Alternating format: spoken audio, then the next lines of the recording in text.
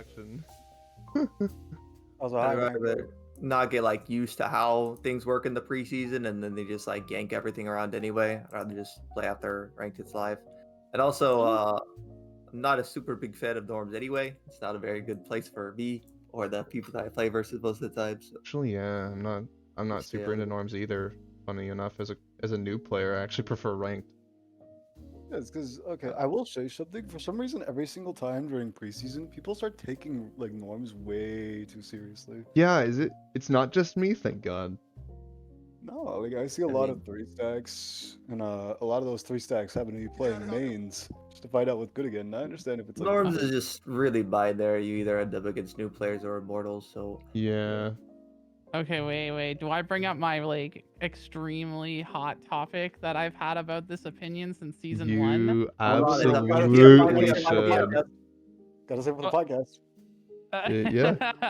Gotta say for the whole thing. We haven't even gotten introductions yet. Goddamn. Okay, well, Yeah, that's true. we can do introductions first. I just we're talking about this, and I'm like, man, I have some very heated like Yeah. feelings yapping about is this. We got to barely we got to hear about like who Eclipse is. I introduced myself.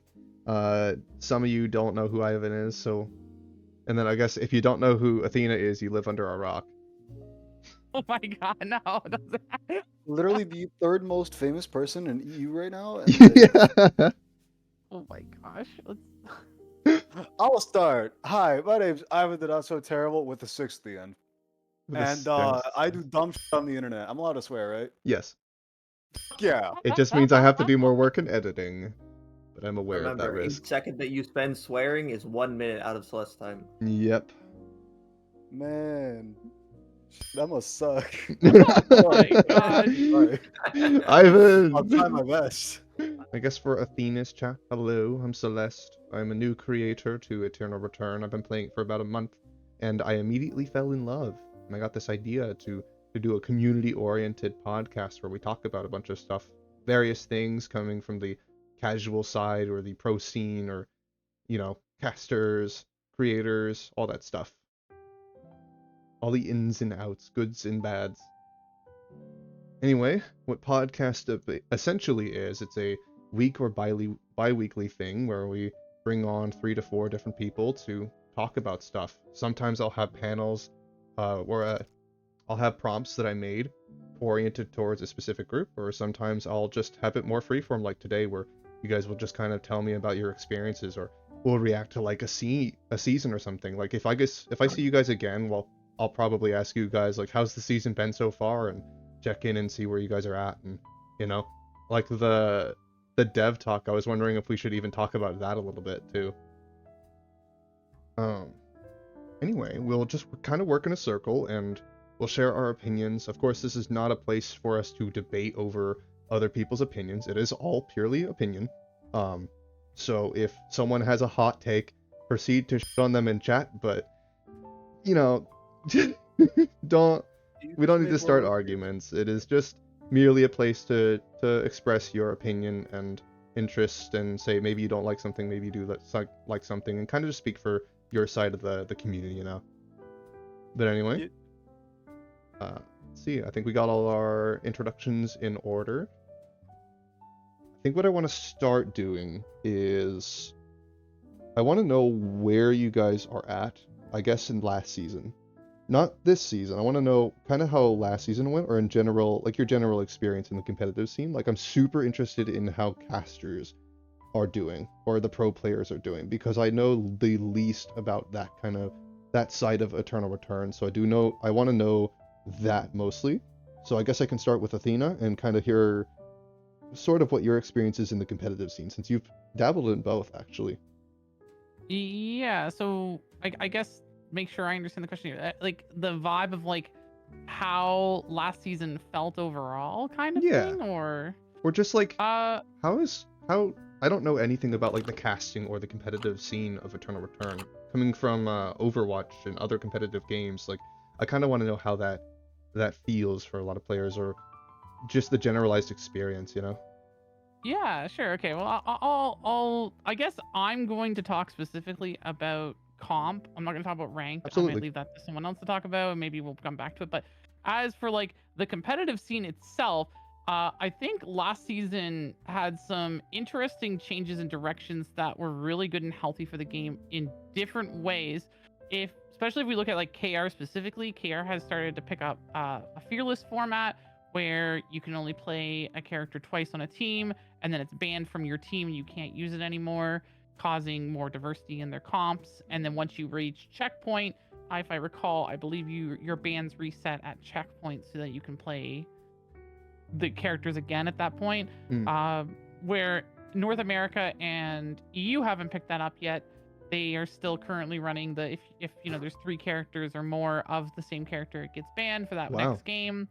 So that's still the current setup here. Okay. The other thing that's like super exciting about the competitive scene, at least in like North American EU, is the fact that we've gotten big enough that we've now had qualifiers for 2 seasons, which wasn't a thing before. So before the not this season, or not last season, but the season before that, you had to be one of the teams that had the MMR to make it into the ERCS bracket, or you just didn't even have a chance to play. And now 4 teams guarantee move in based on MMR, and then 16 teams get to play.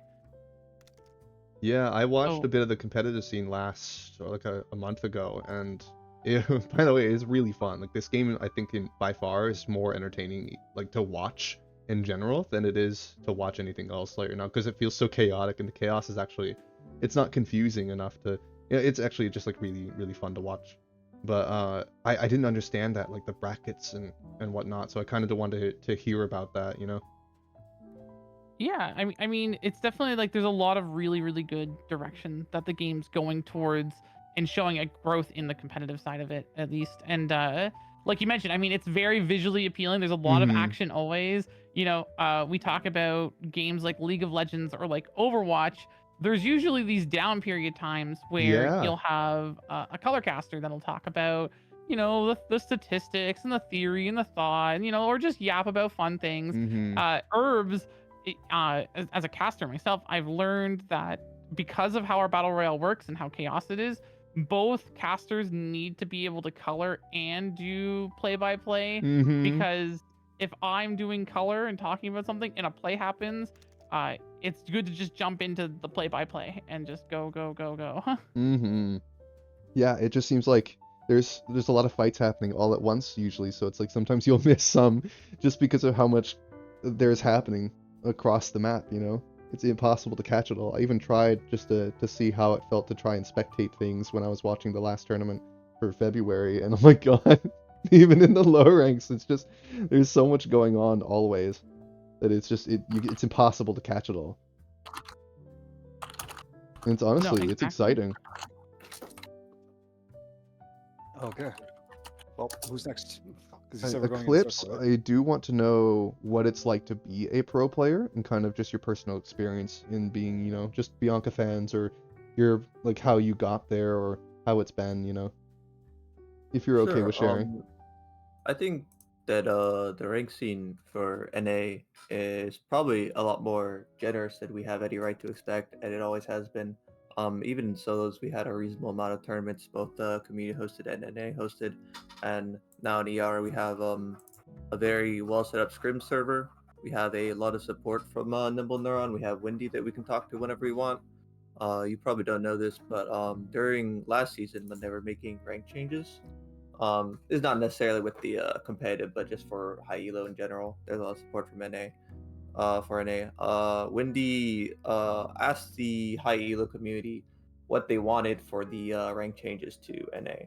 She asked if we wanted it to be like meteor and up for Immortal, or like diamond up and Immortal, or like meteor up and Immortal. So we were actually able to give our input on how we wanted the matchmaking changes to work. Yeah. And that same thing kind of shows in the competitive scene as well, where we're able to like have a decent amount of influence. And of course, in our scrims, the competitive server, there's a lot of scrims hosted. There's like few scrims hosted, so there's a lot of opportunities for you to practice playing competitive. And it's also competitive is like really accessible. I think more so for like the average player than it is in like a lot of other games. Yes. So like, I mean, you just need to play a couple games on ladder, and then you just sign up, and you're basically able to play competitive. and a lot of our scrims are first come first serve. So if you want to get practice for playing competitive, even if you're not in a tournament or like headed for a tournament right now, you can just play. So I think that the pro scene is really accessible for a tournament return, which is one of the strong selling points for it. Yeah. Basically, anybody, as long as you play to like diamond plus elo, you can just play ranked. Yeah, so it's really accessible. We have a lot of support from Notable Neuron. Our scrim server is really good, so playing in competitive for this game has been a lot of fun. It's a really different experience from ranked, and it's pretty enjoyable. So I think that if you get good at this game, going into competitive is definitely something you should look at, even if you don't necessarily want to win money.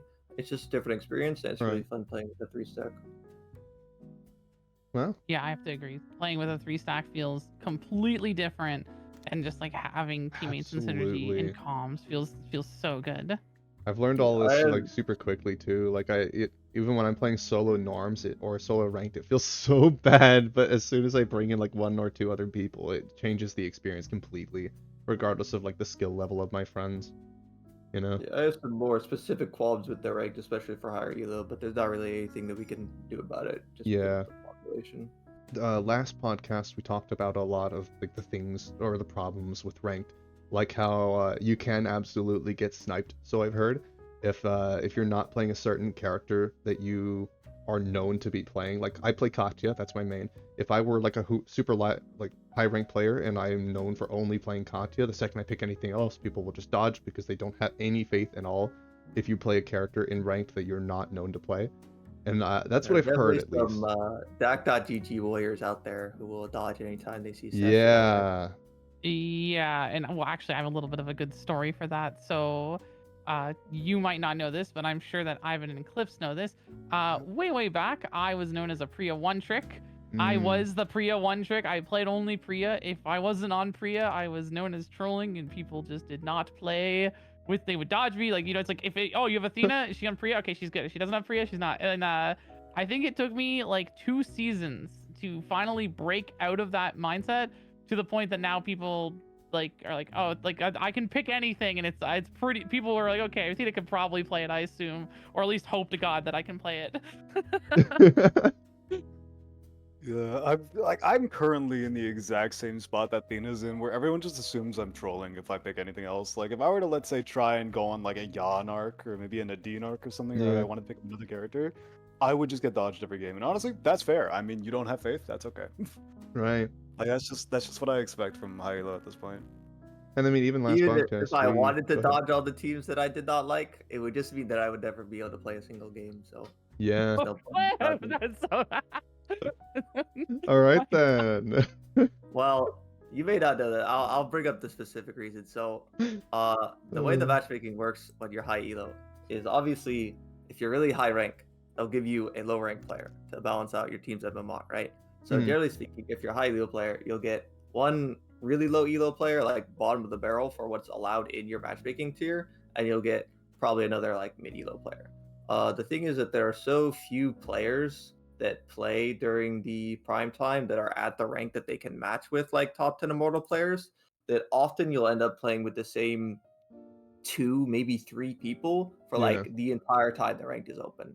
Yeah. So Also, I'll play with somebody that's way worse than me, and I have to experience them playing way worse, and I have to play with them 10 games in a single night. well, also on top of that, not to mention, Eternal Returns Q really loves to keep giving you the same people. I don't know what it is, but it just loves giving you. We call like it a soul link. Yeah, soul link. It's soul link you to someone, and you have to deal with it nonstop.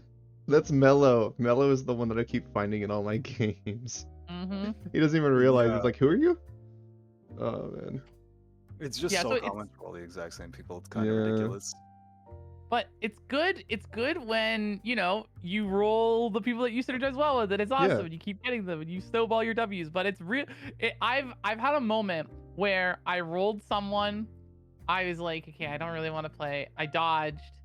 I then I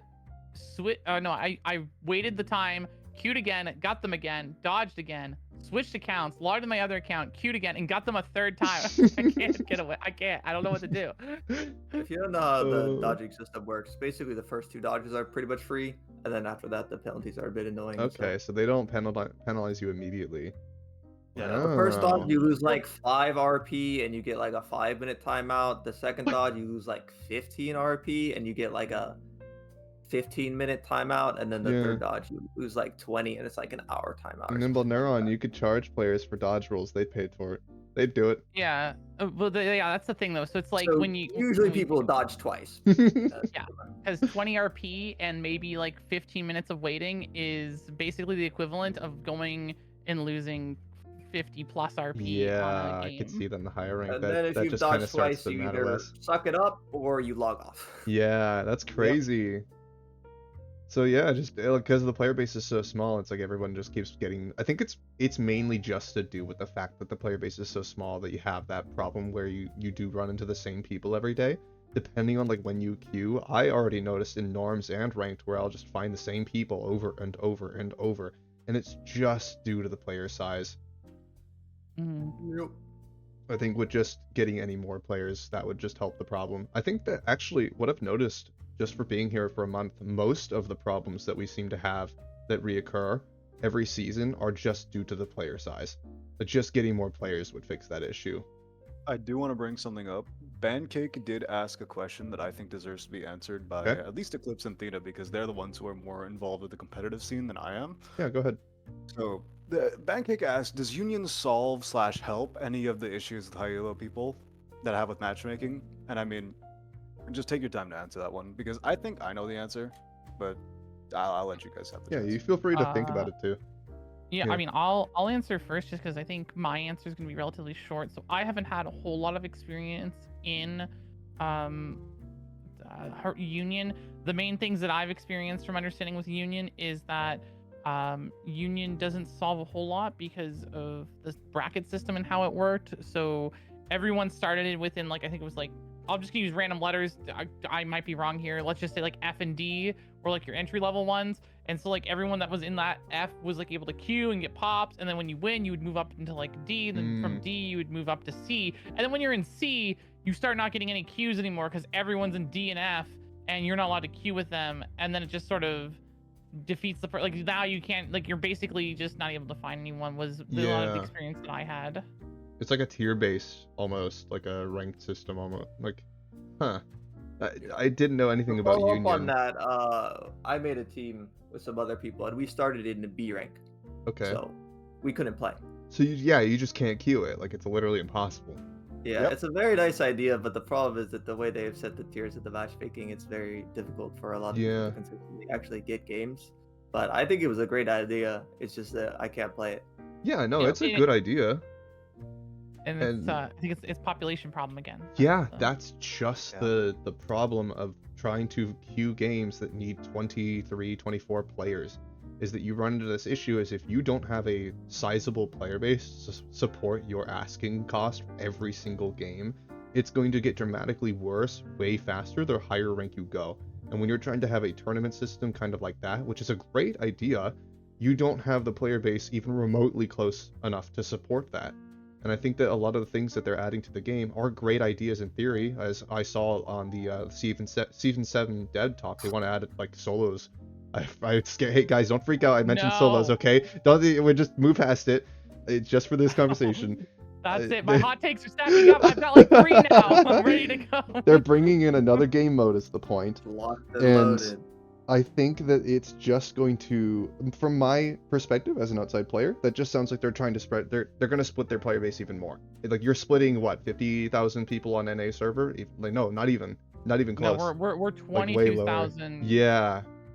You already have a population problem in your normal game modes. Cobalts is dead, and I actually strangely have a lot of fun in Cobalts. I wish that it Hey, weren't come on so. topic right now. You take that back.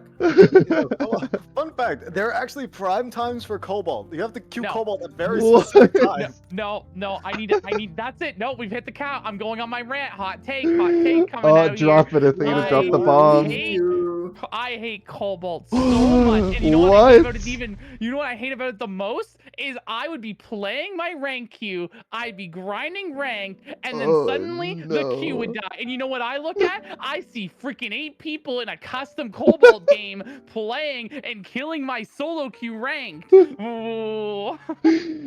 Well, you know what? Cobalt's You know what then? fun. You know what? That makes it even more fun when I'm queuing Cobalts. Right around when you stream. Perfect.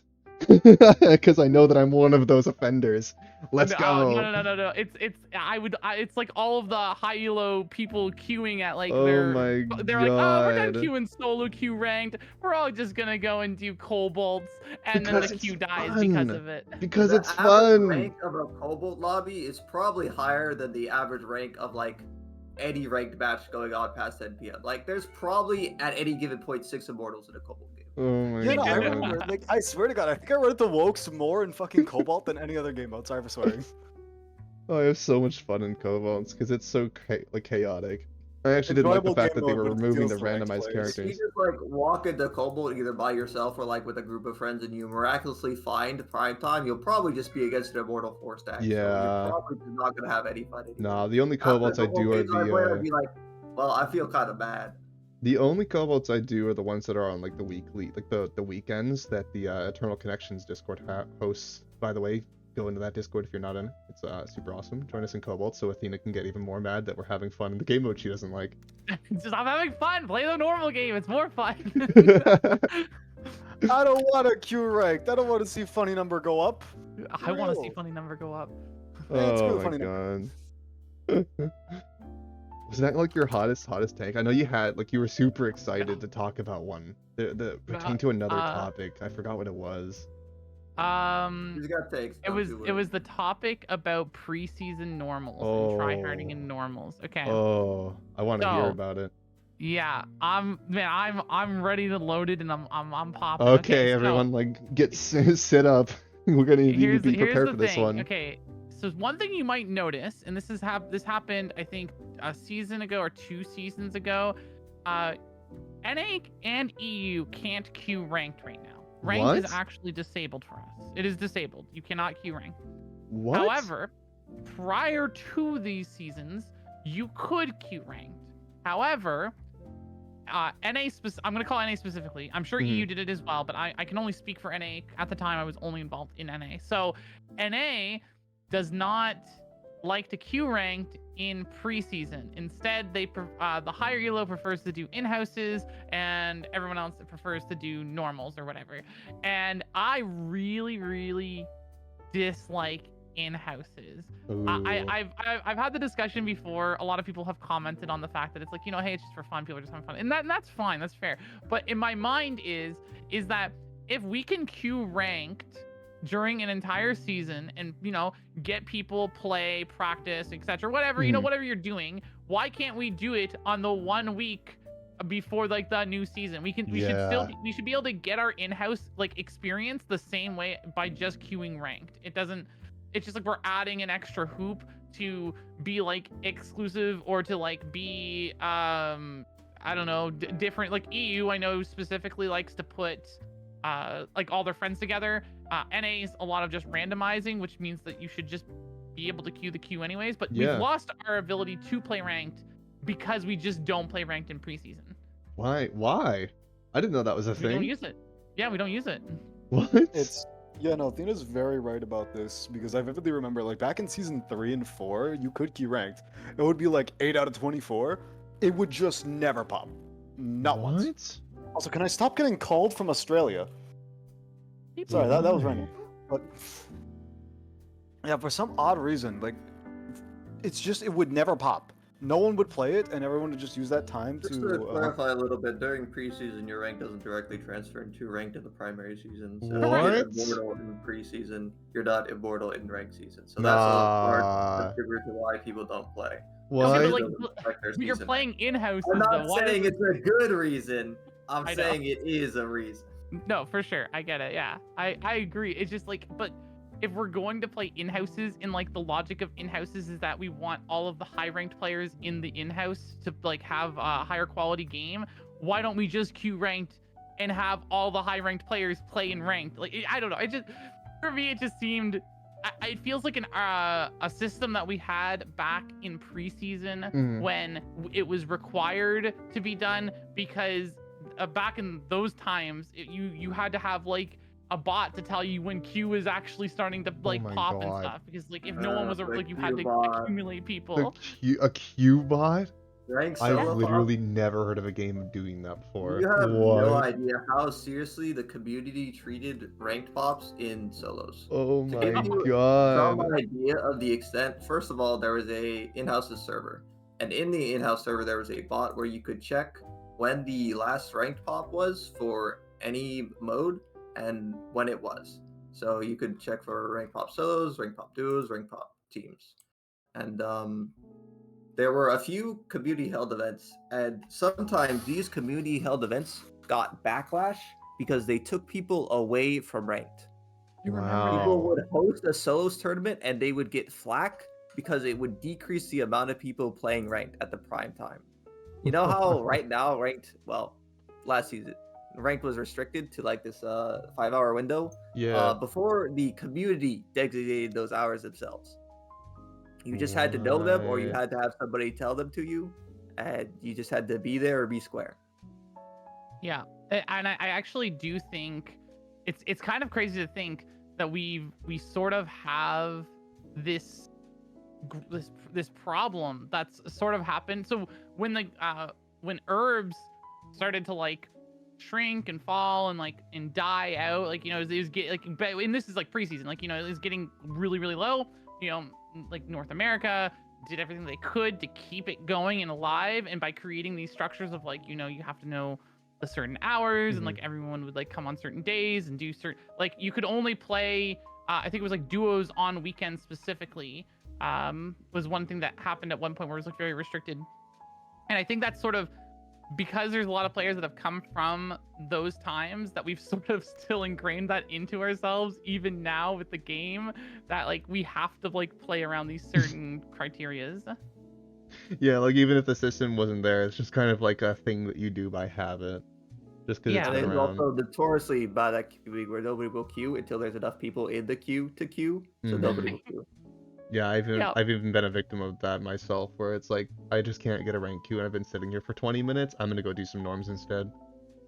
You need a streamer. Usually a streamer streaming and showing that the queue's about to pop gets people to pop. If they don't see that the queue's about to pop, they don't even look at it. That is Yeah, so I've noticed insane. that.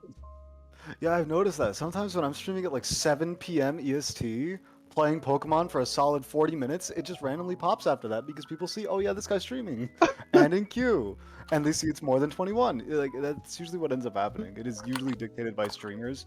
Like events are usually dictated by streamers, as well as like pops are even dictated by streamers. Sometimes. Wow.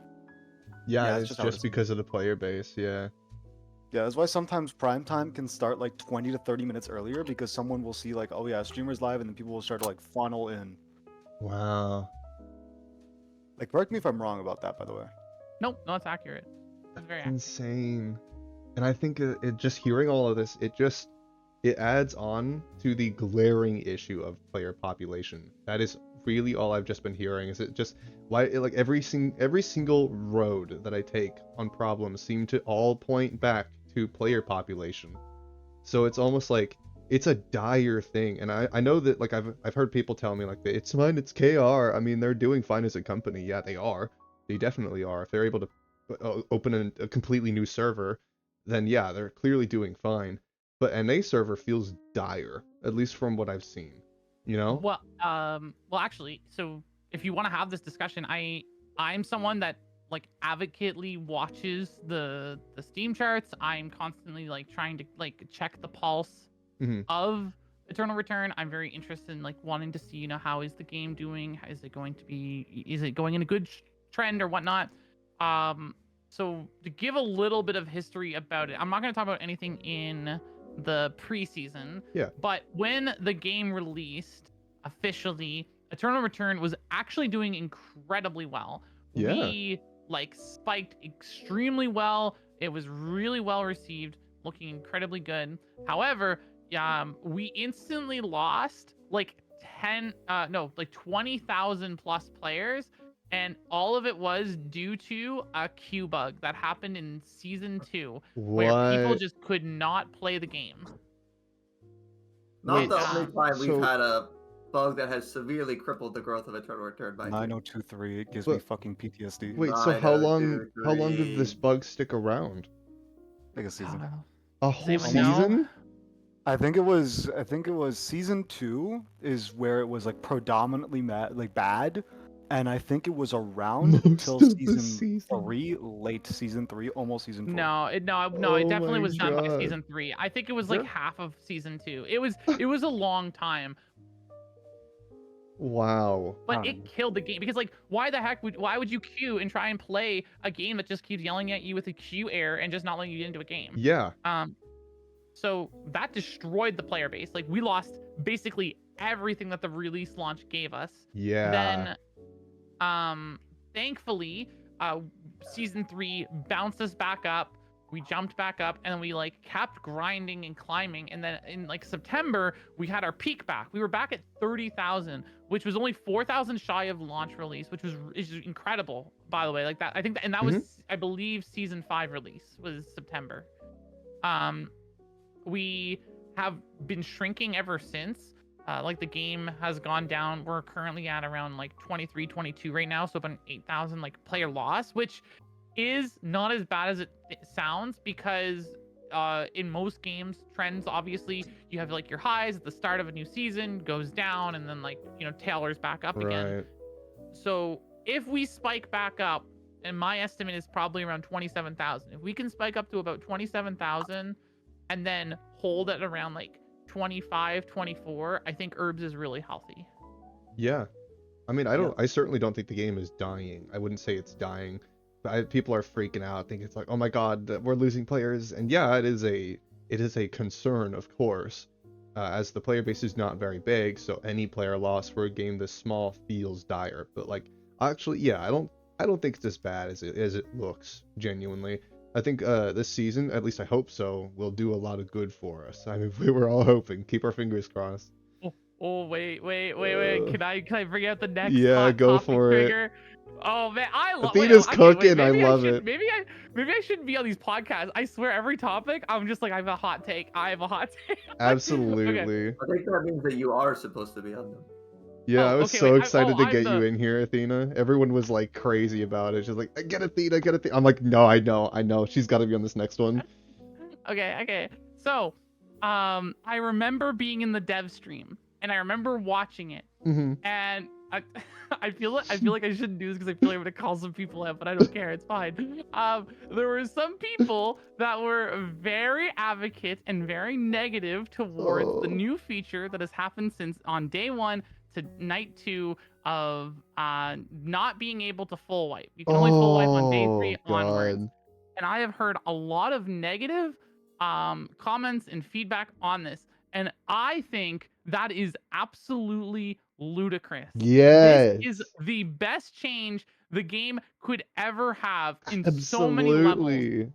It, not only on like I'm gonna first talk about the new player experience, because for a new player to come into the game and get to be able to at least play for what does it equate to? It's like a total 10 of like minutes. 10 minutes. Yeah.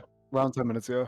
Yeah, so you get to play. You get to queue, get in, and play the game for 10 minutes before you get your 8th place and you get kicked out because you're facing Eclipse, and Eclipse is just bullying you. I would never, for the record. Yeah, but like, so it's very good experience on that end, just to be able to play the game, because it sucks to be on like night 1. You had one fight, you wipe, you had no idea what happened, and now you have to go back and sit in queue and think about your mistakes. Yeah, and guys, I mean, for the ones who don't like that system, you have to realize that there are a lot of competitive games out there right now.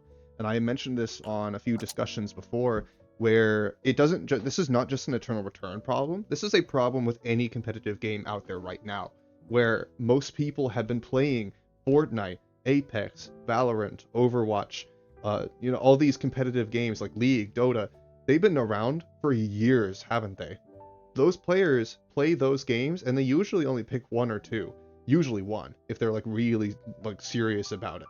So you're asking those players to play an entirely different game, which means they need to learn all of this all over again. I just came off of Overwatch for 7 years, and none of that information that I had on Overwatch attributes to this game. It's a completely different experience.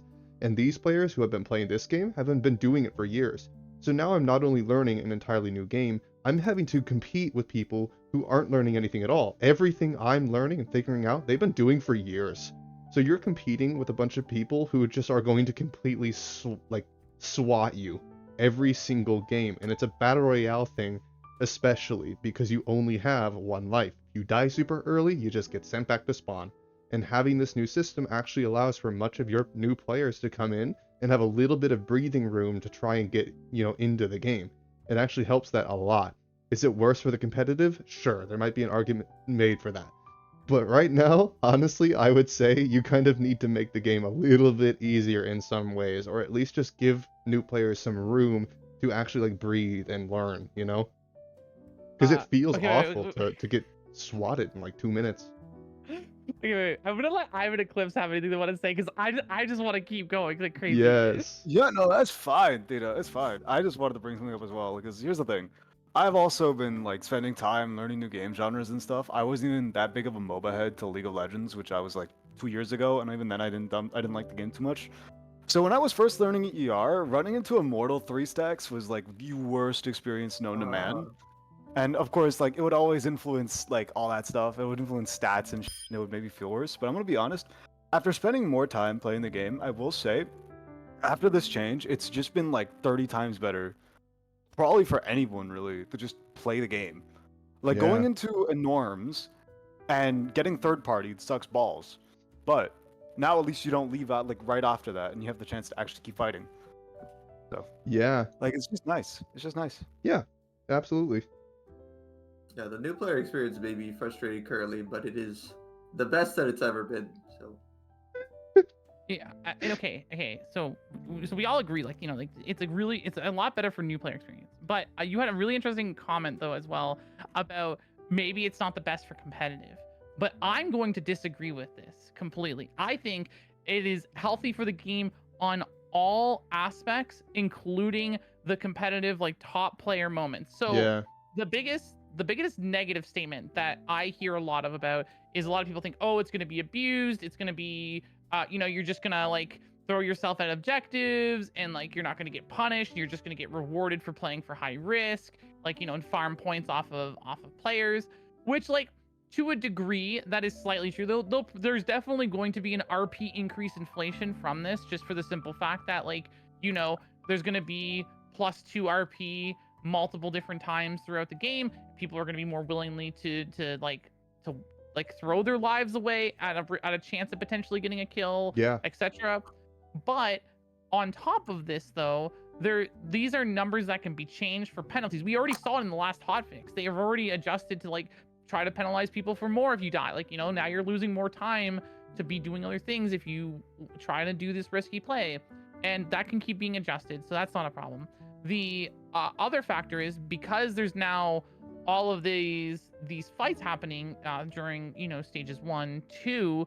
When you get to the next phase on day 3, you have 8 teams on a smaller map now, which builds a lot more tension and a lot more interesting gameplay on a higher level that is actually harder to manage if you're a newer player than if you're a veteran. It's a lot easier for you to navigate an 8-team lobby in a smaller space because you can actually understand third parties, whereas a newer player is very linear on just they probably have a little bit of game sense, they probably have a little bit of they have mechanical skills, but they might not grasp the fact of how to handle an A, B, C, and D. Oh my god, no!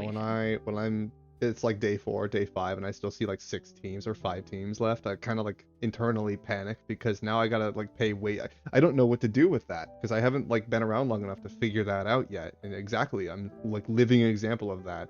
My worst games are just when there's so many teams left that I just have no way to breathe.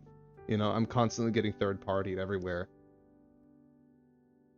Once you get more experience, there's several ways that you could help mitigate the risk of getting 3P'd as well as getting out of it. The most common thing that newbies don't do is they don't run red. your red is a resource. You get 35 seconds of it for most of the game. You can just run red 30 two now. or two or three times in a game, even if you get no kills, and you'll be fine. And Yeah. that's usually a way that you get out of a lot of 3Ps. But obviously, new players don't have a lot of experience, and they just do not want to be in red. So. Yeah. Mhm. Which is fair. Oh, someone in chat actually made a really good comment. Brazil made it.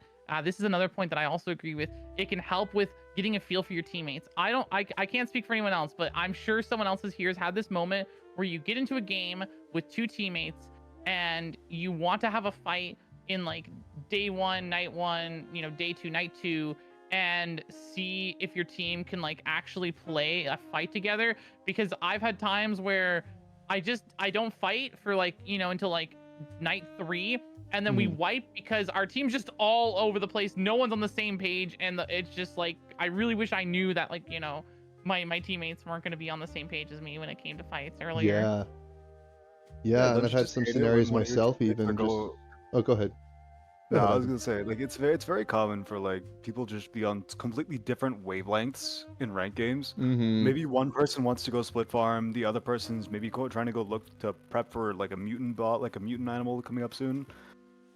And maybe even one person's trying to go, I don't know, contest an objective by themselves, not realizing their team is there. It just takes a minute to understand what play your teammates wants to go and which one you want Yeah. to follow.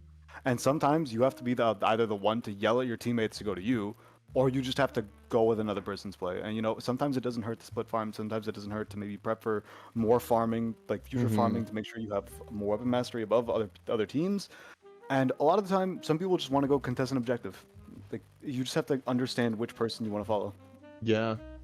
Absolutely. I mean, I even encountered that in my games too, both in norms and ranked in low elo, where it's just like I think it's the same experience across the board, honestly. Oh man. I think that there's a lot of points to be made about the gameplay, and I think that this all just genuinely affects the new players the most. Now, I don't want to say that any of this needs to be changed. It just a lot of these issues can definitely be fixed by feeling the new players, or just like getting a bunch of new players in the game, because then you're going to have a lot more games where people are fighting other new players that don't have the experience to figure out these third parties, and it actually softens it up a little bit, just giving them a little bit more time to breathe, because they're not going to get absolutely steamrolled because there are other new players that are also terrified of fighting or don't have the experience. So it just kind of, I think that most of these problems are not problems with the games per se. It's just problems with the player experience and the player count, which totally can be resolved just by bringing in new people. And I think that actually a lot of the systems I've observed being added over the years sound more like they're trying to fix present problems that are only temporary and could be fixed by simply having more people. I think that there's even systems around that were added for reasons like that, or for like competitive oriented reasons for very specific issues that may not even exist anymore, but we still have those systems anyway because we haven't gone through the effort of just eliminating some of that stuff that doesn't need to be here.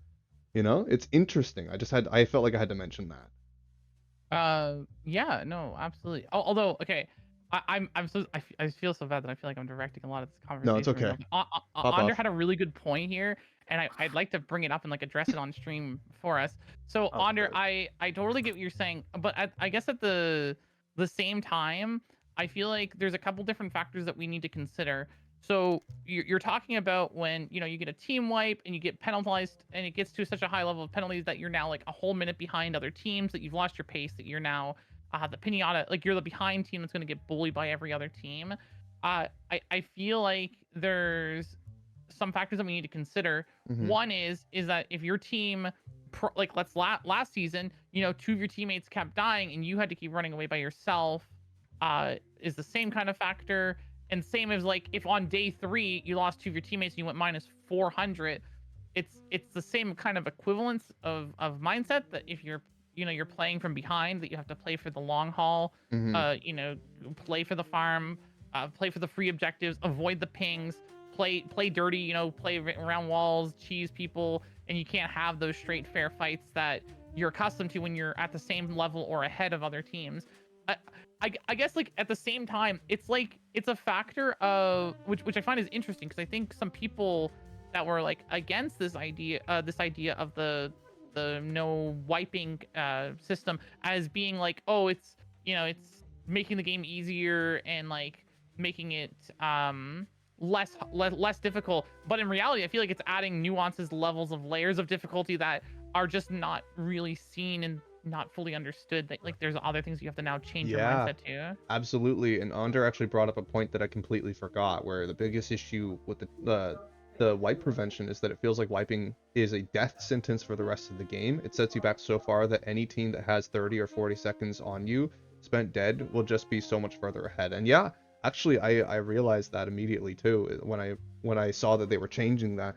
I know that that's a present issue, but my only counter that would be like, it does give you an opportunity to fight that uphill battle. You do have the surrender mechanic, and honestly, we could even change that. There's argument for changing the surrender mechanic and making it a little bit easier or just more streamlined, so that if you choose not to fight a fight like that and your team does not want to spend that uphill battle, it gives you the opportunity to make that choice. Do you want to spend the rest of the game 30 to 40 seconds behind every team and maybe have that chance that somehow you might win this, because you don't entirely know? It's not 100% that you are going to lose. It gives you that tiny little like, okay, maybe we do have a chance of winning this. Are we that penalized? Are we that far behind from one death? Is there some way we can recover this? Oh, my teammate just got a meteorite, or we just got a tree that gave us this item, It's like, okay, so then maybe we might have an opportunity instead of just being wiped completely and then sent back to spawn.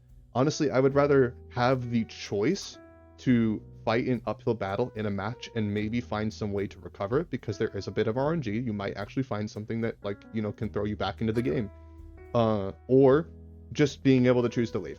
I like that instead of being sent back to queue immediately after death, after day 1 or day 2, I actually have the opportunity to try and kind of go, okay, maybe we have a chance here. Maybe it's not that bad, right? Nah, we win, guys. We can do this, I would like to make a comment. Sure.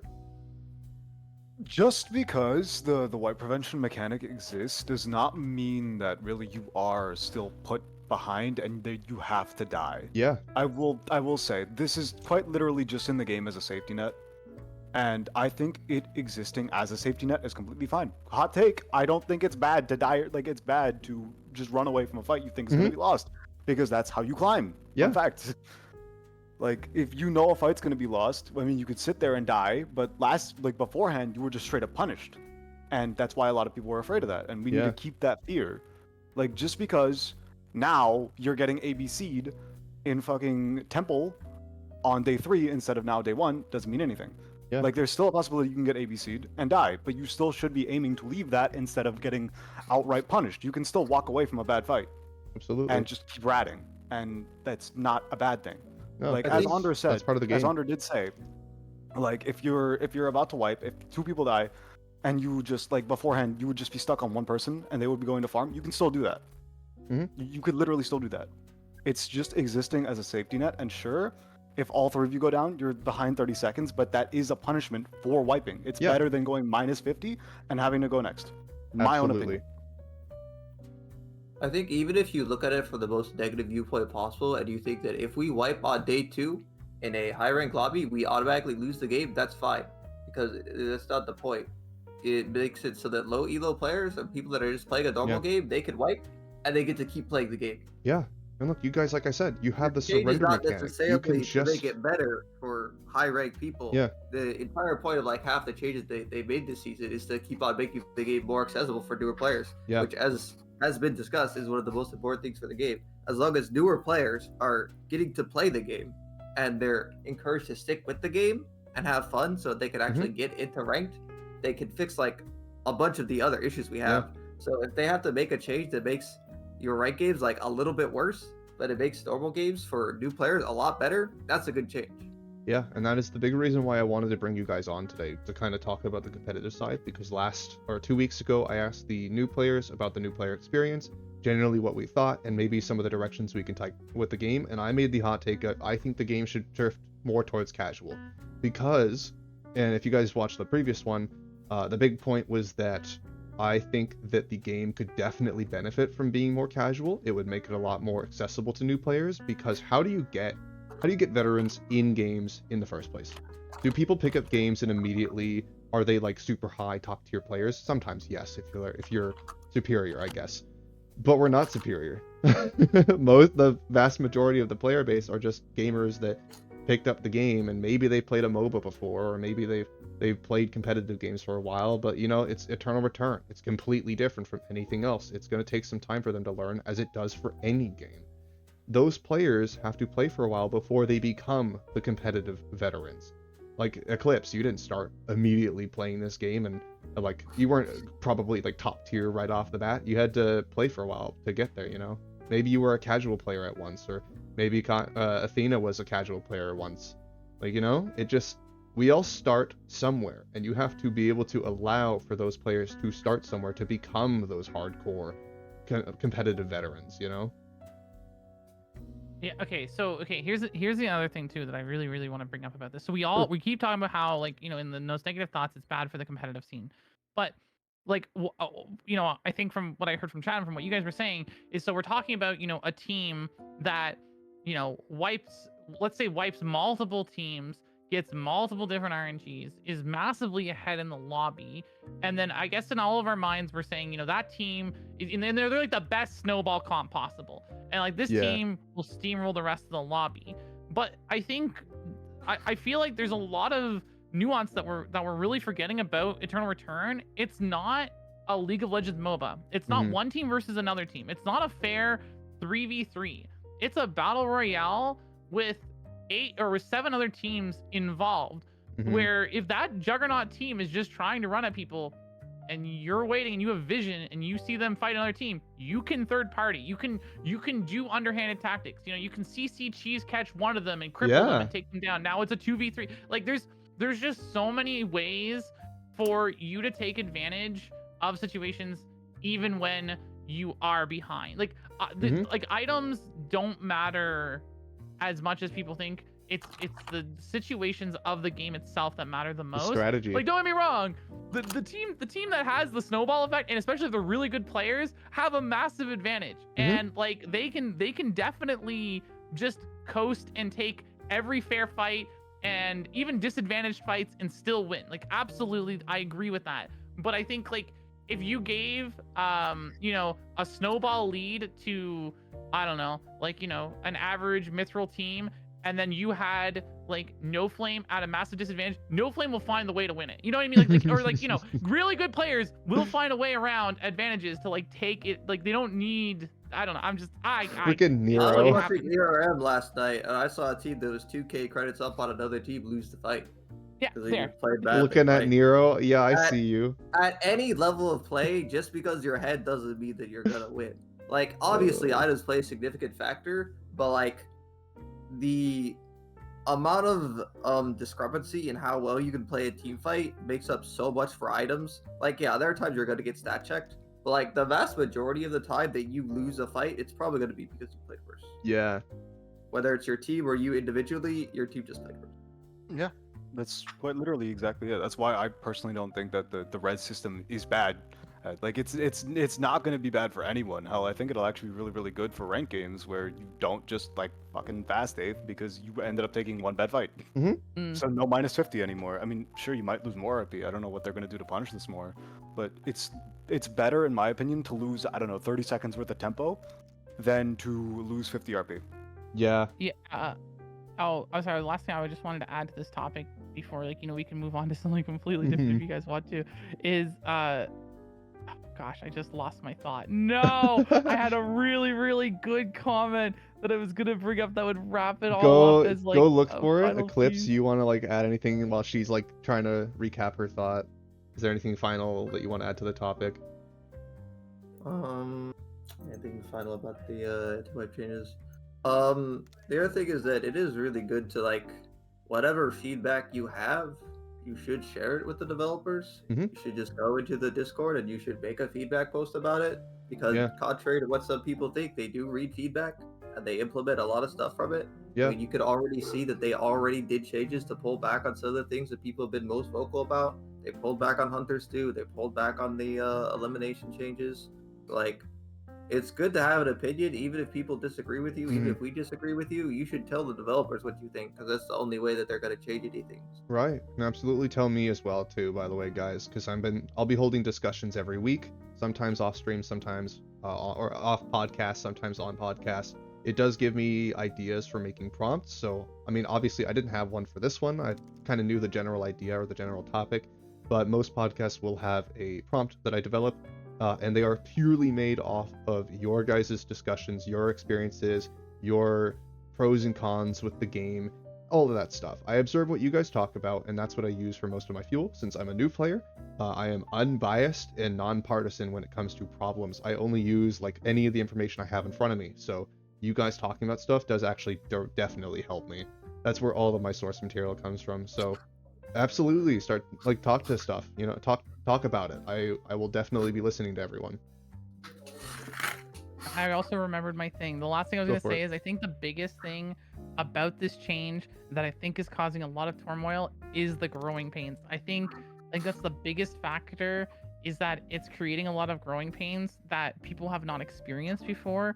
Honor had a really good point when he mentioned it, where it's like, so because I had countered him with the argument of, you know, prior to this season, you would have had the moment of, you know, 2 of your teammates die, you run away, and you're still able to farm, right? You know, you're behind, but like you're not that behind. And like now your full team wipes, now no one's farming, you're added more timer, and now you're even like further behind than you would have been in that scenario, and no one's really used to being that far behind. And like I think that's the biggest growing pain, and I think that's where a lot of the strife is coming from, until people can kind of get used to the assessment of how much these penalties are actually putting you behind, and how much more time you need to take to catch back up. Yeah, I totally understand that. It's like, because for me it makes sense since I just got here and it was changed pretty much immediately, so I can just immediately adapt, right? Because I don't have all that prior experience with the game, so I'm just adapting as I go.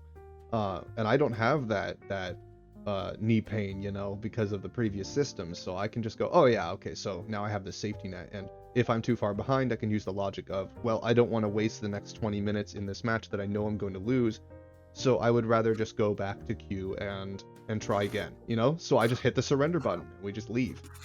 I think that we could even make that more accessible, so if players or teammates decide that they don't want to keep playing a match that you can surrender. Now there is a bit of like nuance to that, because if you got to be careful with those systems, as we've probably seen in Rainbow Six Siege and League of Legends, where people voting to kick or surrender could be a pretty interesting topic on its own. So I'll save that for another time. It used to be an overpowered tactic for climbing the ladder. For climbing, yeah, exactly. That's what I'm trying to avoid. So you guys already had a problem with it. That's great. So we have previous experience to go off of. That's fantastic. Oh man. Okay, wait. I just have to, like, it's because it's all funny. You don't know the experience of it. So when we introduced escaping to the game as like an FF mechanic, yes, there were when it first came out, you just had to buy it and use it, and it didn't matter. What? So what would happen is it would hit day 3. If someone hated you, they just buy it, walk to the teleporter, teleport to dock, your game's over. Sucks to suck. Get back in your 30-minute queue. Yeah. I will say briefly before we move on to another topic, I just want to know, like, I did an iceberg stream where I spent like 6 to 8 hours just looking at content that I could dig up on this game, and that was actually really tough to do. I can talk about it another time, but like, how have you guys played this game this long? How have you not like moved on? This game was not playable for a lot of seasons based on just what I've observed. How did you suffer through this? Genuinely, I would have given up so fast. Oh my god, like, it's not fun at all. GG ad for this game, then got addicted to it, then started watching streamers, and now here I am. The jank either drives you away or it pulls you in. I don't understand. You either get addicted or you quit. You Stockholm choose. syndrome. Oh, well, I'll give a little bit more of a real answer. I've played League since 2008, and I played League non-stop until like season 4, and then I stopped playing League and kind of like went to like MMOs and stuff. Yeah. And at one point, someone that was playing an MMO with me suggested me Eternal Return, and I went to play it because it was another different type of MOBA. And I hated the game. I hated preseason 1. I thought Herbs was a horrible, horrible game. I played like maybe 10 games and quit it. Yeah. And then something happened in like preseason 7. I came back, played it, and I really liked the game in preseason 7, but I quit because I wanted to play duos only. I didn't want to play solos, and I could only play duos on certain hours on certain days, which was miserable.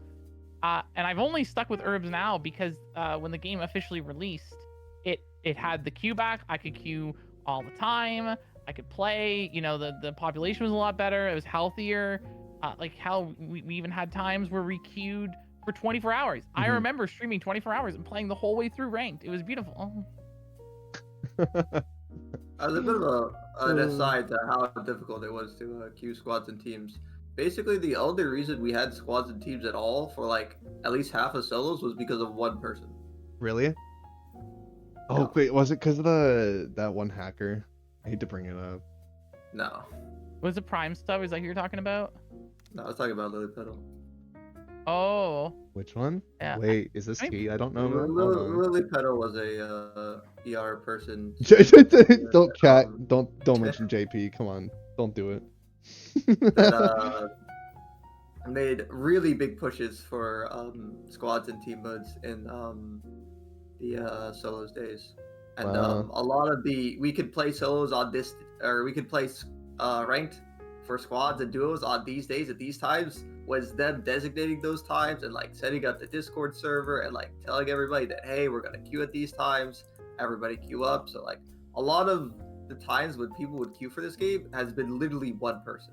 Like one Wow. streamer's on, so now we can queue ranked. One streamer's here, so now we can queue team modes. Like the times that you could queue for like these modes were like literally hanging on a hair. Wow. yeah. And again, I think that's, you know, it's a really impressive and like awesome thing to think about, the fact that like, you know, this community got so tight knit to try and survive and keep this like incredible game alive during those moments. But like now it's like, okay, we need to, it's like, you know, ER has grown up. It's no longer a child. It's like we have to let the child go. Like they can't stay at home anymore. Yeah. You know, gotta let go of them, let them go free so like we can queue more hours. I described it when I was coming into the game at first as like a party that felt like it had wind down, been picked up at some point by the creators, and then those creators left, so the game started winding down even more. So it's like all of these problems and all these things. Oh, this party is just so dead, but there's so many people here, and they need someone to come in and spike the punch. That's really all this party needs. And it's like, oh man, I feel like there's so much passion in this community, and there's so much love for the game, and so much the developer obviously wants. You know, it's just like, I don't know what the game needs, and it feels like all we really need to do is just bring that community back together, liven up the party again, start talking about stuff, you know, start playing the game and interacting and forming communities again, making content on YouTube and this podcast, you know, bringing in a bunch of creators, new and old, and players to talk about all their different experiences in the game. You know, I don't know. I mean, this podcast is essentially just a test to see how like the community response is and how supportive and obviously like you guys wanting to talk so much, and how many people have been wanting to be on this cast, guys. Oh my god, I've been DMing everyone every day. There's just so many people talking about it, and it's like all I can see, all that tells me is there's a lot of people with a lot of passionate opinions and wanting to share about this game. There's so much you guys love about it and so much you hate about it, but not because you don't love the game, but because you're just critical because you want it to do well. You want these problems to change because you just want your game to succeed. Everyone wants their favorite game to succeed, you know? No, Sorry to interrupt, exactly. but I completely agree with Mr. Pancake. If we make a movie about this game, we put Jack Black in it, and The Rock, it'll succeed. Trust. But to change Ryan the Reynolds. subject, do you have any other topics that maybe you want to break up, Celeste? I think that let's do something completely different, because what I've heard a lot is just a lot of criticism from a lot of different areas, and you know, like talking about characters and balance and just competitive all that thing. how about let's try something different and liven the mood a little bit with talking about some of the things that you're excited about the next season. And I think I'll talk about some of the topics first, even just to change the mood, you know, and talk about some stuff that we're just excited to see and are really just getting ready for. I'm ready for Istvan, guys. He looks so damn cool. Is it just me? I mean, it might just be that the man is kind of I don't I'm even hoping know that what he he's the does healer. yet. I'm just excited to see what kind of lore and like how he's gonna fit into the game. There's some mechanics like the gadgets. I'm interested to see how we'll completely change things. Oh man. I know the pot is a hot topic right now, but they did just release a patch, as I was told before the stream started. They did a hotfix to balance that. We can talk about that briefly if you want, but I do just kind of want to hear what you guys are excited for most, or what you are super Nia. loving about this season. It's obviously already. Nia. Nia is the most exciting thing ever. Like Yeah. we gotta rock Nia. Like Nia's Absolutely. the goat. She's gonna be the best character ever. I need that character to like play like a zoning support mage. Just give me another Priya, and I'm so sad. Yes. Dead-faced gamer girl, my favorite. Mhm. Gamer girl. I actually completely forgot about her because I was so distracted by Istvan that I just didn't even pay attention to who else. I was like, who? Who? There's another character releasing? Oh, I'm sorry. I'm staring at Istvan. Sorry, guys. Stop staring at your It's husband. the goddamn it. hair. What It's the conversation hair. have? It's the face. It's the spear. Like, what am I supposed to do, guys?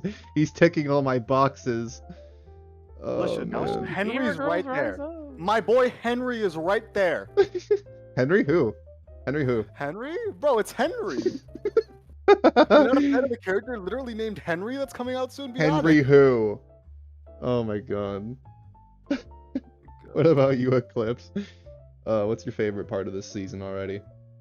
I'm hoping Steven can scratch the Felix itch for me. Yeah, right? He's another spear character. Maybe he'll be an AP spear character and Felix will get buffed by proxy. I don't know. Usually, I'll pretty much just go with the flow. I don't play like preseason because they changed the game so much that I'd rather not get used to something in preseason. Fair I think enough. they just take it out anyway, so.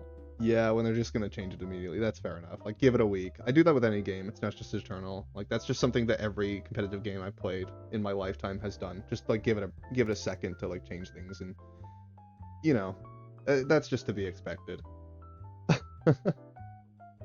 All right, I've added Best Girl to the screen for chat. Oh to my be able to god. see. As everyone knows, that's gonna be the best character.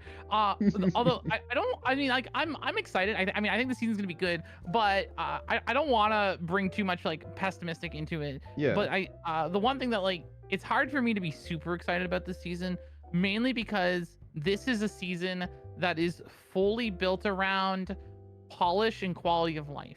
Yeah. It's last season, but they're just like they made some changes that are obviously really good. I think a lot of the changes they made have been really good. Yeah, the UI is crazy. But it's polished, right? They're trying to just make it a safe, really good change. If you liked the last season, you're gonna like this season even more, kind of thing. Not a big change has really happened that like wildly shakes up the game a whole lot. Right, and you are completely right about that. I didn't even think about that. Yeah, the season is just basically polish, and all of my excitement about the game has either been like the new characters, the skins, or the UI changes or the QOL. I mean, like, I was super excited because those are things that I felt like just made the game not feel good to someone picking it up, and now those changes immediately feel so refreshing. The UI is so refreshing to see. All the information it provides now, and the inventory management just feels better. And you know, yeah, you are totally right about that. I didn't even think about that. Like, yeah, it No, feels wait, I have good. It's something to just bitch like about. there's just nothing big to really change it for the people who have been around forever. But go Wait ahead, a second. Ivan. I have something I really need to bitch about. Okay. Why did they change V-pad from B? Oh, Why? Why? Why was is waiting. it B now? I was waiting. Why? I was waiting for him to say it. It actually pisses me off. I'm sorry for raising my voice. It is so infuriating to me. My muscle memory is fucking with me nowadays. It's so annoying. Sorry. Just remind it. There's nothing else to do. You just have to remind it. It's Okay, just ridiculous. okay, so it's a really funny story about that. So I use ZXCV for my keybinds. A lot of people think I'm weird. I know it's very Wait, strange. you what? You what? I use ZXCV instead of QWER. Excuse me? I know. Why? I know. But because of a different That's a long story. story. Yeah, but like, okay, but so because I do that, I've immediately unbound the VPad. I have never used VPad since the beginning because I unbound it the first day I changed my keybinds. So I've always used P to open up my thing, and because of that, I've made a workaround where in my buy thing, I'll add all of the VPad stuff into my buy, so when I press P, I can just buy them. But because of this, now that VPad's gone, I'm victorious. I'm the winner in this war. Oh my god.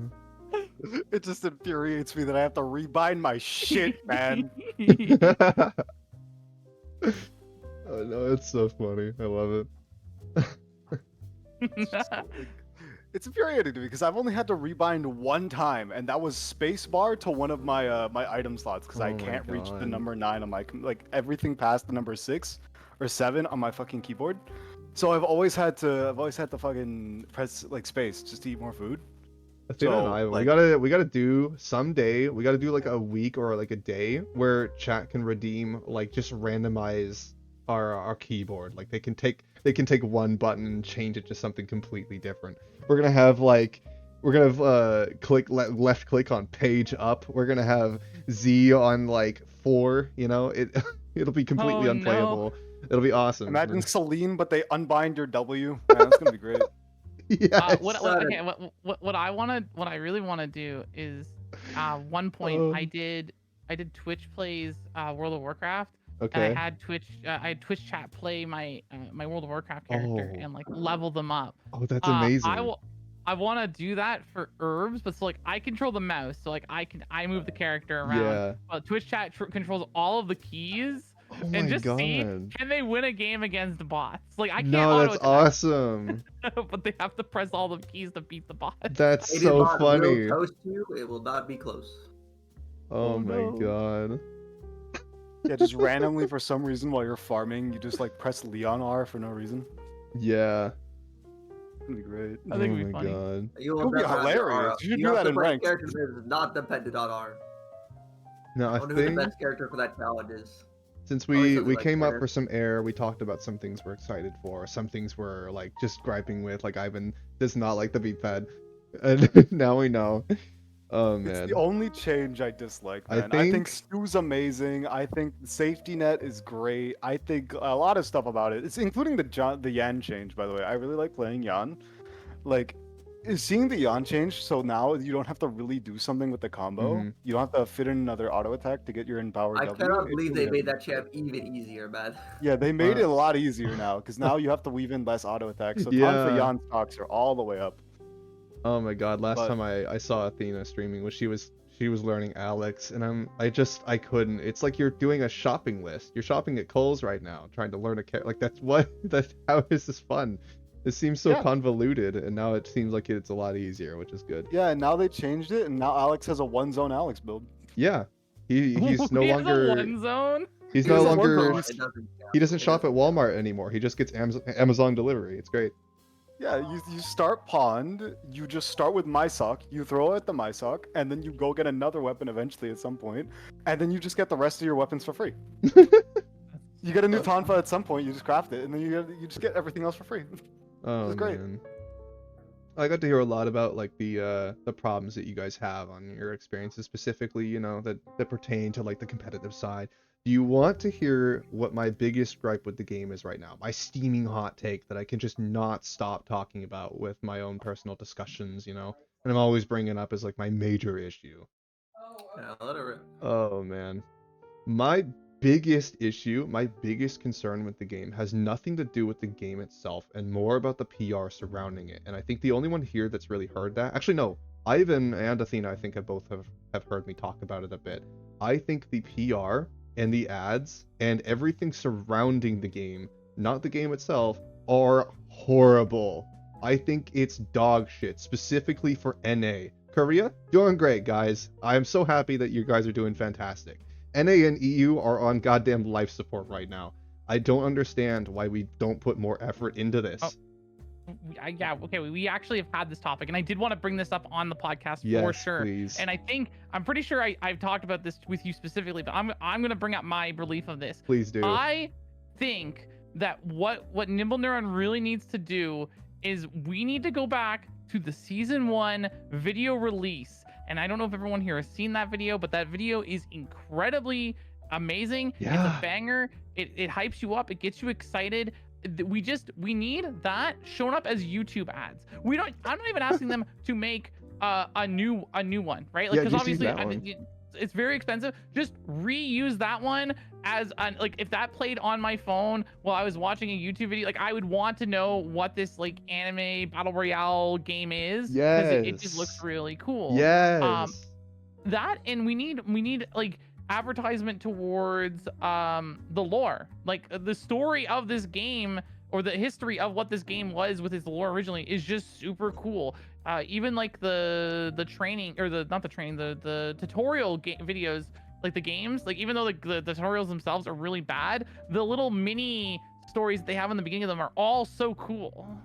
Yeah, absolutely. And oh my god. Okay, so during my my iceberg stream that I did, which I wish I could dig it up. It might still be there. I'll have to post it. I don't know why I didn't post that to my YouTube. It was hilarious. But anyway, during that stream, I was linked a bunch of old ads that they released to NA and EU, and my god, my chat had to actually dig for those. I couldn't even find them. I don't know where they got them, honestly, because they were scrapped. They were so bad that Nimble Neuron actually scrapped them. Like, you have to actually dig for those things now to find them. Otherwise, you'd have no idea they even happened. So those ads, Yeah, I oh my actually god, they were so bad. It was like, it hurts. It hurts how cancer. Oh god, oh it was ridiculous. And like this stream, all I heard from them when they talked about that topic, I submitted to the survey. That was my major issue, like their marketing, what their plan is. All they said the whole time was just that it was hard. It's hard. And I'm like, what do you mean it's hard? I know it's difficult to watch an ad get no support, but the consistency is your big issue. Not to mention you're using what was it? It's a biasy. It's I have to remember it, but confirmation bias, that's what it was. They're looking at their old ads and the lack of success those ads gave them as a reference for should they even be doing them. It's a weird perception they have that is extremely skewed based on their past failure of making ads and exposure in the West. I think that there are a lot of living examples right now of successful games that live just because of their ads and their PR and all of the excitement surrounding their game. We don't do leaks very often. We don't do streamer interactions. Like, we don't even have drops going. I hear that you guys have done them, but like, where are the drops? Drops start at the new season. Where are the drops? We'll have drops again and start a new season. Okay.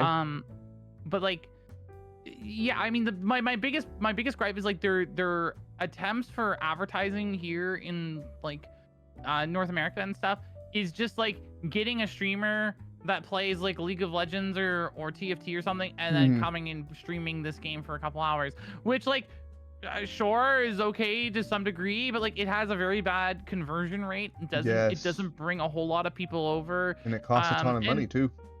Yeah, it costs a lot of money, and also like it's only gonna really work if you hook the streamer. Like, if you can hook the streamer, sure, then like, you know, then eventually that'll start bleeding more people in. But what really matters is we need better like YouTube advertisement. Like, I don't know, I'm just absolutely no, you're right, and I am someone who absolutely hates to see any small game, any game starting out. Oh, go ahead. Sure. Advertising is not that good. Might be the coldest take possible. I think that might be everyone understands that. Yeah. Topic that has ever gotten feedback is that. No, I'll heat it up. Don't worry, I'll heat it up. I think that the games, any game ever, when I see them, when they're starting out, I see a new game come out, and I see the first thing they're doing is paying streamers for their ads, I lose my shit because I hate that. Very few games are actual accurate examples of success because of streamers. It just does not happen. It does not happen enough for games to warrant doing it. I don't know why we keep doing this. You don't, it's not, I don't understand. Like, we have so I don't many know, man. examples of other games doing that completely fell off because they just did, like, they didn't do proper advertising and hype their game like you should with ads and putting the money where it actually matters instead of paying streamers that don't care. If your game is good enough, if your ads and your hype are good enough, streamers will just find your game. You don't need to pay them to come here. Marvel Rivals has barely paid it. I mean, they have paid some streamers, of course they have, but like, most of the people streaming that game are from Overwatch or Valorant. They picked up the game because it's within their genre and it looks really good, and the hype around it has been massive. It has affected it everywhere in gaming right now just because of how crazy the hype is. Did they have to pay a bunch of streamers to do it? No. Their IP did a lot of the work for them. Their advertising did all of the work for them almost. It's really, that's all it is. You just have to hype up your game, and the game's got to be good. Well, the game's good, guys. We did that part. Where's the hype? Where's the exposure? Nobody even knows that this thing exists. The only reason I found it was because I was looking for a new small game for me to stream. I found it on the Steam page, and just so happened you guys all, like, picked me up as soon as I started streaming. Thank God you did, because I would have left day one if you didn't. I mean, oh man. Like, this... It's shocking to see that the hype around this game is completely dead. What are people supposed to see when they start?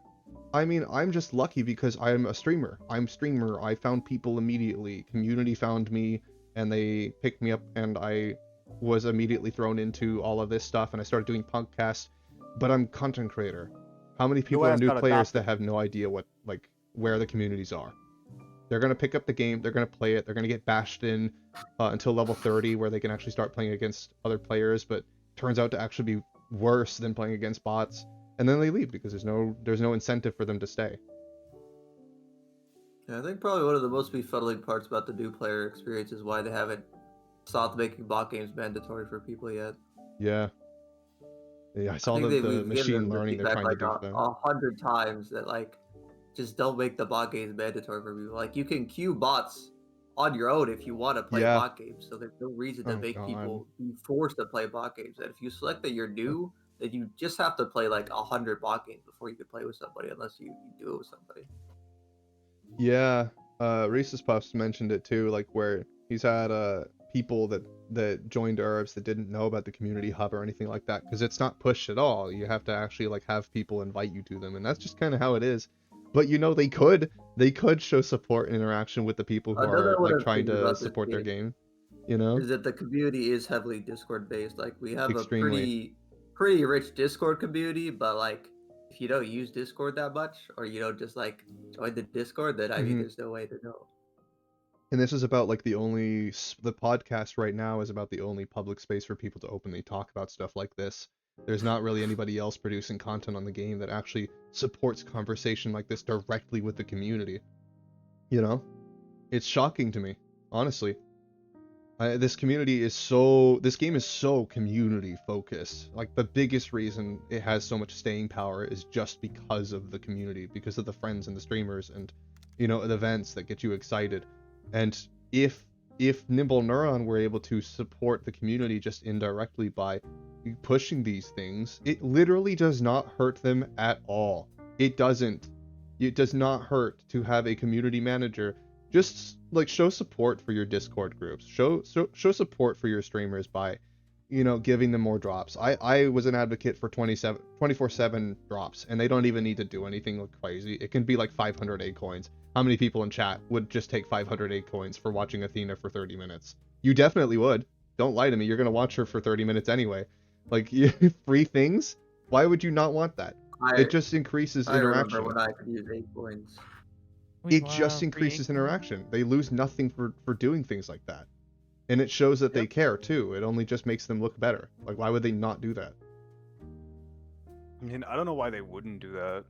But, you know, bringing up, like, drops and stuff, I also have one more thing I wanted to bitch about. Go for it. And this was something I brought up last Quickcast, and I don't know, like, if the other people who maybe stream this game like to talk about this. I fucking hate drop farms. Yeah, yeah. Drop farming like Twitch channels that just have like videos of Oh all my the R god. gameplay looping for 24/7. They have ads on. They have subs on. They play 3-minute ads.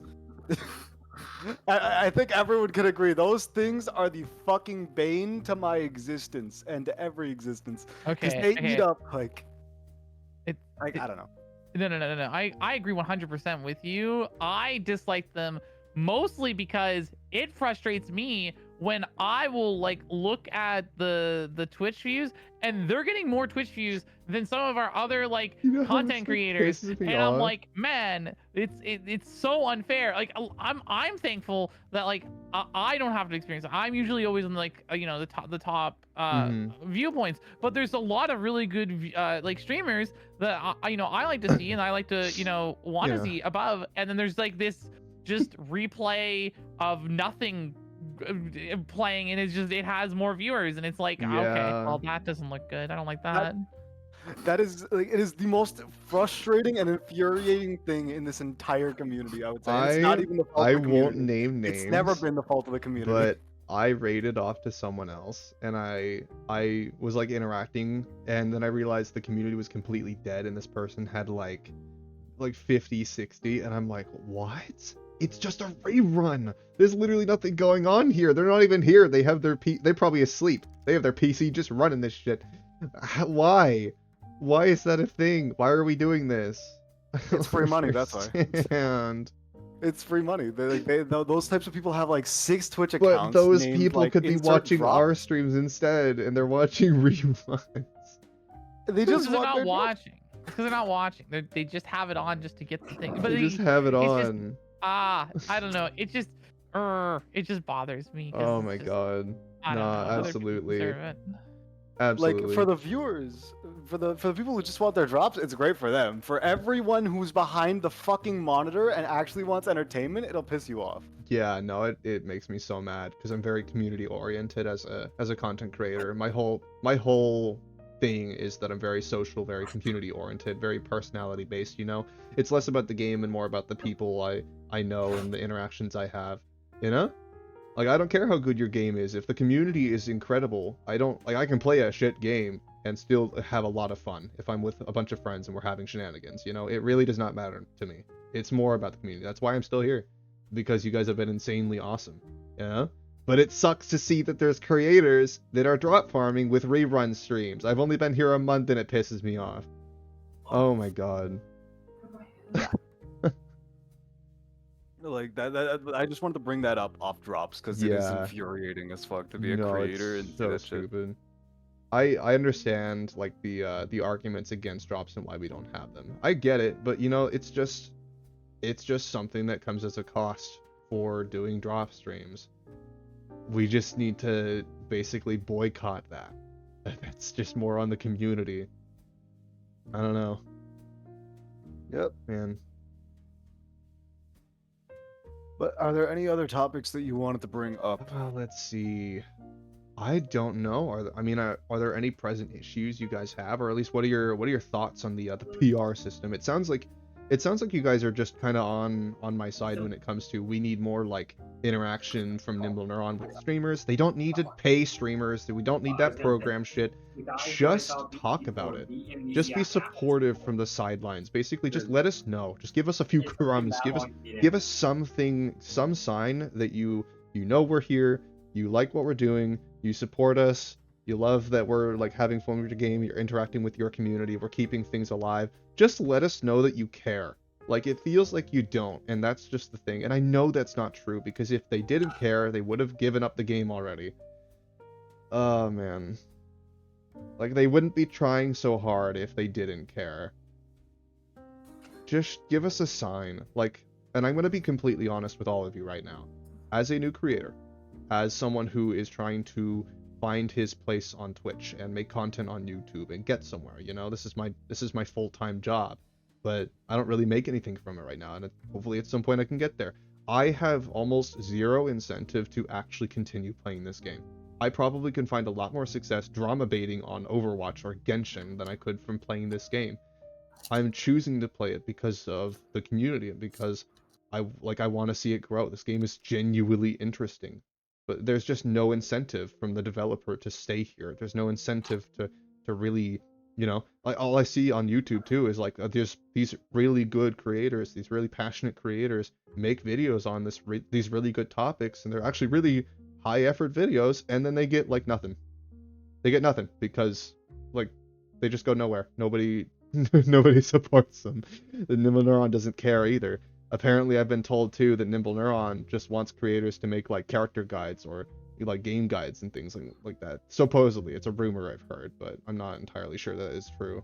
I just, you know, it like, but then we don't have any evidence to prove against that. So I don't know. It's just this. I wanted to mention this awkward relationship. It seems that we seem to have between creators and Nimble Neuron. Am I wrong? I mean, well, I mean, there is the creator program that is active and does reward, yeah, you know, content creators. The partner side of it is a bit harder of an entry level. Basically, not available to like North American and like EU content creators because the wow. thresholds kind of required that we just don't have the audiences to sort of meet that. Like maybe Frankie and Superior might hit it through like Twitch numbers. Actually, might be They don't fine, even but have it? Or no, no, they do? they Okay. might. I think they do. I think they meet that. The main factor though that's like, I honestly, I think it's an audience. I think it's really the audience that's the problem. Yeah, definitely. Absolutely. Because really the most important thing that needs to happen right now is we need content creators on YouTube that do the selfless role of making content to to no one, to air, to empty Absolutely. space, which is miserable because it's oh, you said it earlier, where you get that vibe and feeling of um you're trying to get like a good reward feeling, but you don't get anything back when you send it out.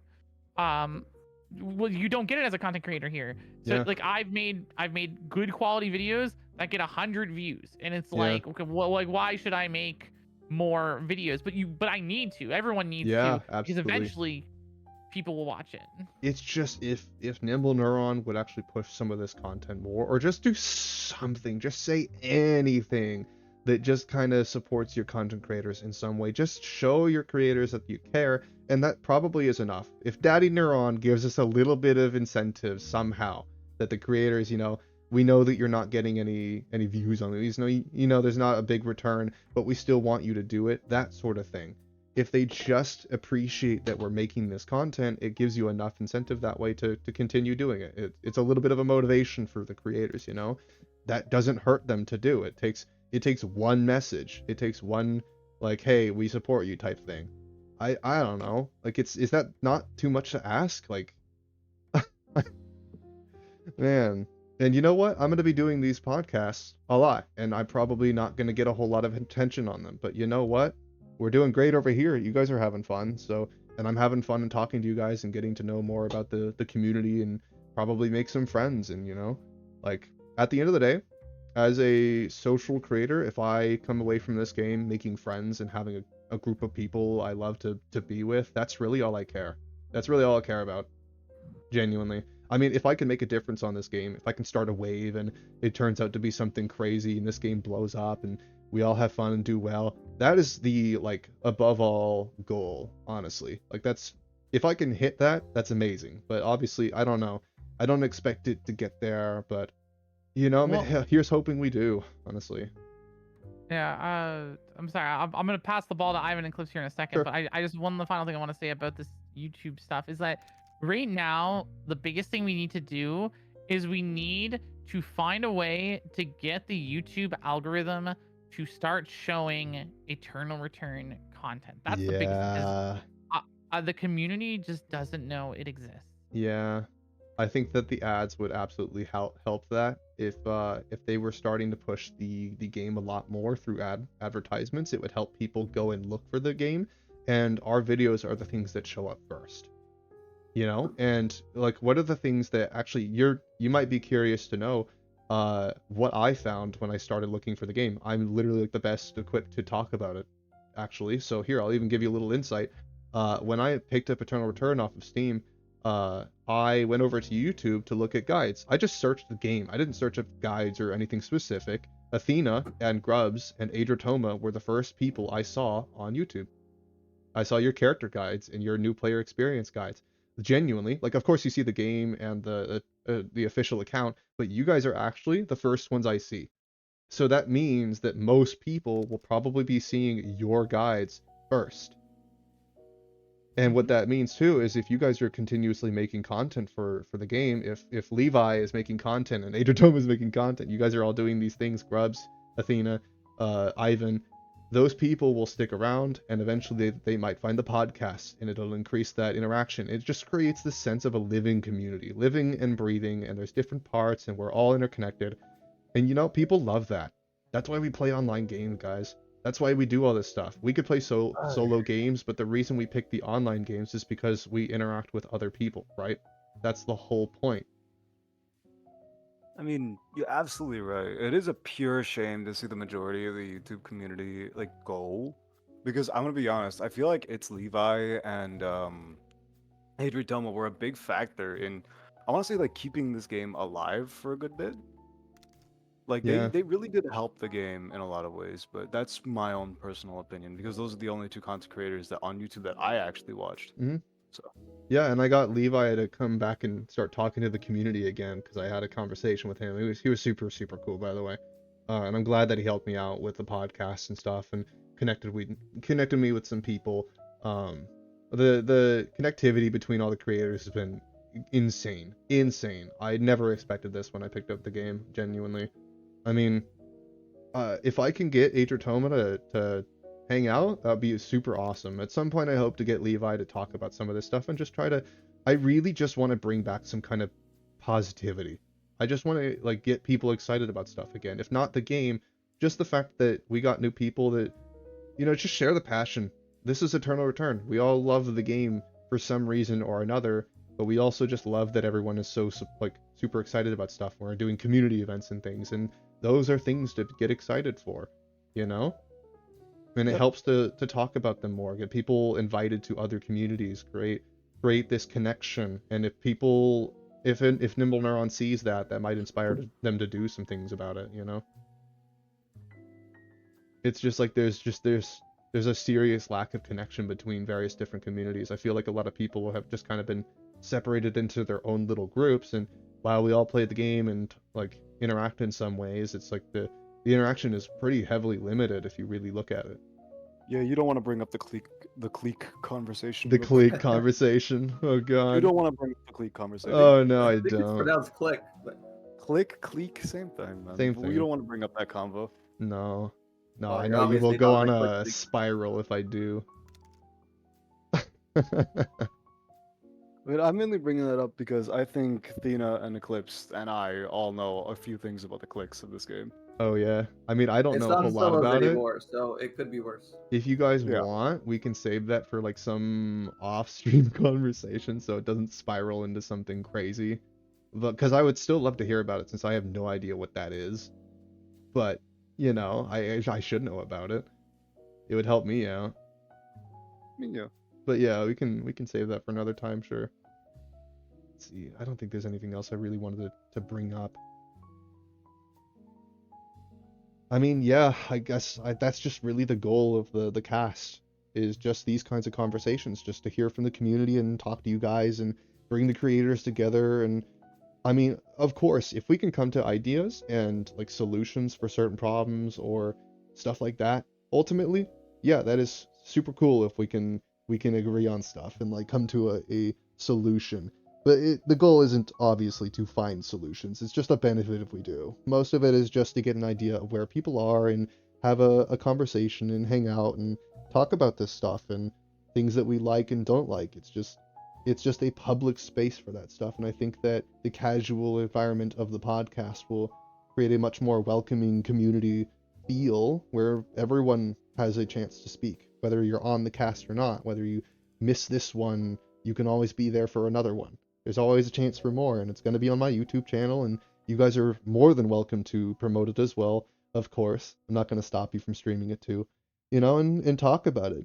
Get people excited and I'll keep reaching out to other creators and try to extend the interest and invite other people to it. And you're more than welcome to ask to be on more. I mean, absolutely. I've got a Discord for it now too, so if you think there's anybody that's interested in it, now you can just invite them to the Discord and they can look, and I'll put more information there, and you're more than welcome to coordinate with me and like give me ideas for how to run this or stuff like that. And I'll probably try to make like some artwork for it and, you know, really like professionalize this, you know, I guess. Yeah, I get it. But if we're out of topics, then do you want to maybe like put this to an end, or maybe do you want to bring up one more I guess thing? we can ask chat real quick if there's anything. I don't know, like what's chat feeling like? We haven't talked to them much because we've been really on our little rant moments. Say that generally speaking, this is around the time when scrims are held. So if you want to get a hold of people that are playing for teams, then it'll probably be a little bit more difficult as the Absolutely. season goes on. We start holding scrims again. Yeah, this next week it will definitely be hard to be planned for, so it'll probably be another bi-week one where next week we probably won't have a podcast unless I can get on some casual players that would love to be on it. Like I know maybe Ragnar will want to be on another one. Vix obviously missed this one; he might just be too busy. I'm also sure Us, there might be a few like maybe former creators that might be interested yeah, in that maybe I too. can get Steeler and Stella on one. That would be cool. I'm sure they would love to be invited to one. I don't Yep. even think I've talked to them yet, actually. But that's a topic for another If day. you want to be Absolutely. real crazy, then there's a very low chance you get some of the other content creators that play this game either in their off time or they played it once before, like Taco or Dyrus or somebody like that. Yeah, I'll have to try and see if I can reach out to him. I wanted to get Delinko on here too, but Delinko said he was too shy. Aw, Yeah, Delinko's shy. Delinko. Like, Aw. trust me, man, believe me, I'm way more shy than any of you know. I might sound I love outgoing, but I'm like Delinko. quaking. But yeah, I mean, I'm glad to hear from you guys and bring you on here. I'm insane that I could even get any of you. I never thought this game would turn into anything for me. I thought I was just gonna be streaming and do what I did with all the other games. The community is actually wild how connected you guys are, honestly. We had to do it to survive. It Yeah, was for actually. the mission. Literally, yeah. Yeah. But yeah, I don't know if there's anything left. I mean, what do we do now? I guess we go play some games. Get on that grind. Although I will probably not be playing any herbs No, until I Do don't they next have know. week. Union in preseason? Huh? Do they have Union in preseason? I don't think so. Probably Rico. not. Yeah, I've been on the TFT grind. I've been playing the new set on PvE. It's a lot of fun, and yeah. Yeah, I I might mean, try to make some videos for my verified builds on character cord. yes, make videos. Wait, Absolutely. Since I have Eclipse here, Eclipse, you know this season, you wanna try and bring back my analyzing videos where we just yap for 20 minutes over gameplay? Sure, it's one of my favorite things to Oh, do.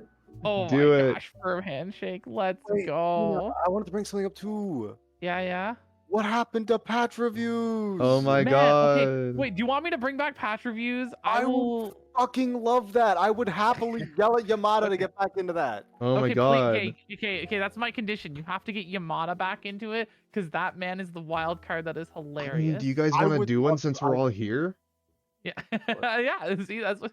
There we go. And we now need to bring Celestin because you know. Yes, Well, we would absolutely. either have to do the hot fix or we would have to do the wall of text one. So Yeah, I mean, the Yeah. hotfix seems a lot more easy. there's nothing in the hot fix and there's too much Yeah. in the wall of text. Maybe not Yeah, this lots of time, stuff. but definitely another time. Like if you guys go, oh my god, you gotta see this hot fix. Oh my god, and then just bring me in. I'm like, what's going on? And we'll talk about it. You know, I want to hear, especially since like as a new player, a lot of this stuff will go right over my head. I'm not gonna know like what's a good change or what's a bad change, especially when it but, comes but to characters. But I would love to be part of the conversation, just at least to know, you know. yeah, well, I think that's super important. Because I asked Grubs to be a part of it at the beginning too, and she felt the same. She's like, I don't know, I've only been playing for a little bit, but like I think Grubs. it's really important because you know if you have like veteran players, you know, we have a sort of stigma and view on certain things Hmm. that we, you know, sometimes we forget aspects of the game that just are like so second nature to us that we Hmm. don't think about anymore. So I think it's really important to have someone that, you know, has a completely different perspective to a change that might be good or bad. Yeah. I mean, the only Yeah. thing I'm really focused on is just changing how the community is about like the content creation sphere. Really just targeting that. That's my main target right now, but I think that would contribute to that, is just bringing more events and things, more ideas in where we can all start cooperating and planning stuff. More events between creators just creates even more community. It only just makes it even better. Seeing, oh, look Eclipse and Ivan or Athena and me and Grubs and all these people, we all actually, like, we all talk and we all know each other, and we're rating each other, we're doing events together, and we're including a bunch of like, and whenever we see new people, obviously, like Athena pulled up my channel on stream. Athena. I put you on blast. What can I say? I was You curious. You're put like, me I do on this. I'm like, oh, that's so cool. spotlight. Like, I let me didn't even look. have any ER content yet. My last thing was the collaboration I did on Marvel Rifles. I just Yeah, I was yelled like, at you would join my Discord server so I could find out how to do TTS. By the way, we have to do that eventually. Oh yeah, I I keep need to set up forgetting my to do TTS that. skill. I think it's almost a meme now that I just have not helped you with TTS, even though I know I it's so still need easy. to fucking fix my TTS. I need someone. Dude, I've been Alright. so busy. Genuinely, if Okay. you yell at me just to help you with it, like sometime, literally anytime I'm not on stream, just yell at me. I might be asleep, but I'll wake up and see it and come over and help you. Like, it'll take me like 10 minutes. It's fine. It's fine. Like, don't Literally mind just that. That's ping a me, fucking guys, inside ping me joke. for things. I'm not gonna get annoyed, trust me. I have that's to how I get pinged feel. all the time anyway, so I'm used I'm to it. I'm the same way. I'm like very forgetful, and I have a problem of like, you know, like I'll make commitments or something, and then I'll just like get overwhelmed with other things and I'll just forget about it. But like if someone just like pings me or messages me or like brings Yeah, it up, like then like it's like I'm totally down, like cool. And most times like it's not even that I'm like that busy. I just get like absorbed by something else, yeah. and then unless I get a ping, I forget about it. Like, we're I'll not read a gonna get Discord annoyed if you get message, pinged. think about my response to it, and then not type the response. Yeah, Yeah. yeah. Right. I'll like mentally reply to your message and then completely forget, and a week later find it when I'm digging through DMs. That is such a real fucking feeling. Yeah, Like, the mentally reply thing. I do that all the time when there's conversations that I just not like. Maybe I'm doing something already and I just open a DM just to clear the notification thing, or I'll hit mark as read and then I won't go back to it. I'm like, yeah, okay, this person messaged me. I'll get back to it later, and then I just won't. Yeah, no, 100%. That's my problem. So I'll be streaming and I'll see a Discord red ping and I have to click it because it bothers me. I'll read the message and then I'm like, well, I'm streaming, so I won't reply yet. And then like I'll close it. But now there's no red ping, so I forget that that message even existed and then I didn't respond to Oh it. no. Oh man. That's so funny. It's bad. But yeah, I mean, so I'll be doing the podcast every week. What I want to do now is just start making very casual, fun content, because the thing that I've noticed is that most content on the game has always been covering the game and mechanics and patches and characters, and while that stuff is fun, only some people actually genuinely care about that. And I think the most exciting content ever on YouTube is when a group of friends are doing dumb things. Is that not the best form of content, where we just go and do something stupid? Like, we hop into custom games with a dumb idea and we go and goof around for a while and then just make a video on it. Like, that's the most entertaining stuff. Like, why would you why would you not do that? I mean, I've seen people do like some challenges where it's like 5 blood on one character on Charlotte, or like it's stupid tournament challenges where they have weird like homebrew rule sets. Those are fun. I love that shit. I want to do more of that.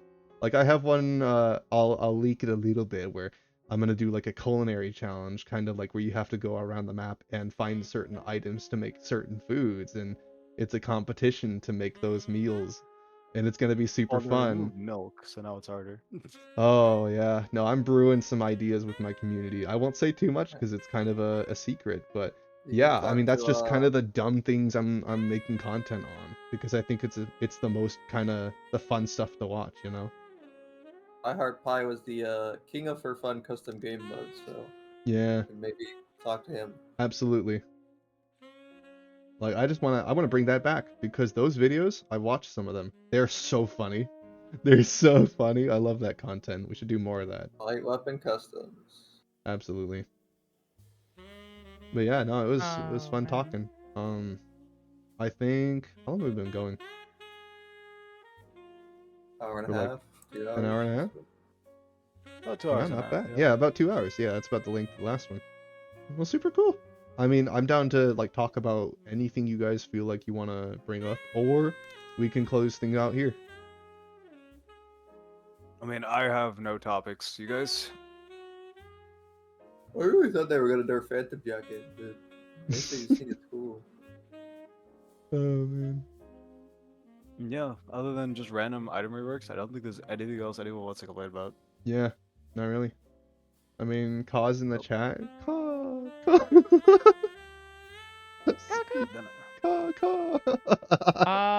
I mean, I don't think I have too Oh much my more to God. think about. I mean, I had a long work day, so like it's That's 10:30 for totally- me. that's I've fine. been working since like 6 in the morning. I'm like a zombie. Knowing most people, it'll probably be something that pops into your brain later, and you'll send a message about it, and I'll be asleep. Surely you have more stuff that you're angry about, Athena. Oh, I mean, if you start bringing up topics, I can go. You give me, I can look for the better or for worse. I am like controversy queen, okay? I, for some reason, end up always having the take that goes against the grain, and I will stand to them. I mean, What do you do I think want to bring up Dumbledore VLS? should do to fix Priya? How much rage do you have over the fact that they changed the cat's eyes? Oh God. Okay, wait. I have zero I like the cat Ooh. eyes. I think the cat eyes are cute. So that She is I do going wait, against the grade once again. I do wish the eye color differences were more prominent. That's the one complaint I have, but otherwise I think it's cute. The Priya changes, just let me press R when I have E up. That's all I want, okay? Let me just press my R while E's still going so that I'm OP. If I had that one limitation, I'd be, rank 1, surely. Champion isn't broken enough already? Come on. Oh She's man. weak. She's weak She can character, mean- man. with you, she can shield. I have two things that I could talk about. One of them is like a steamy hot topic, and the other one is like just something we can discuss. Whatever one you would feel like. You want the steamy hot Bring up the topic? steamy I hot mean, topic. do I Come really on, bring up VLS? Do I really want to do that? I mean, are we Do it. devolving that far? VLS is good for the game. VLS is good for the game. I would agree. Yeah. Oh, what it about makes the fucking the rift system that they're introducing? Did you guys see? Of course you saw that. Like what? I don't know if I have any like opinions on that yet because we have to obviously Ooh. play test it. But We'll bring up the Athena topics of that. So I think the rift system is also going to be good for the reasons that they are bringing up. So I think of it in this sense. So currently, if you envision it as an alpha on the map, right? So you want to go get a mithril. yeah, You would go to an alpha. So instead of going to an alpha, you now go to a rift. And when you go to this rift, if no one else goes to contest you at the rift, you get your mithril, the same as if you were killing an alpha. yeah. However, if a team goes to contest you, you now basically get a mini final zone fight. You basically fight against this other team in a fair 3v3 for the objective, and essentially just get to have more fun interaction fights. Now, prior to them adding the changes to the fact that we don't wipe anymore, it felt a lot more impactfully good because it was like, oh great, another free way to just have a fun 3v3 fight. Yeah. But now, obviously, we can do that anyways because the changes. Battlezone 2, Electric Boogaloo. That's true. Yeah. It kind of does just feel like a new battle zone. I'm assuming 3 people can enter it. Like 3 teams can enter it. Right? Yeah. Like it I doesn't mean, even. they said when they removed battle zones that they weren't adverse to bringing them back in some form. They just didn't. They weren't happy with the current way that it was implemented. So Which is fair. Oh. Typewritten said it's gonna be annoying to cast, jumping from Rift to real map to more fights.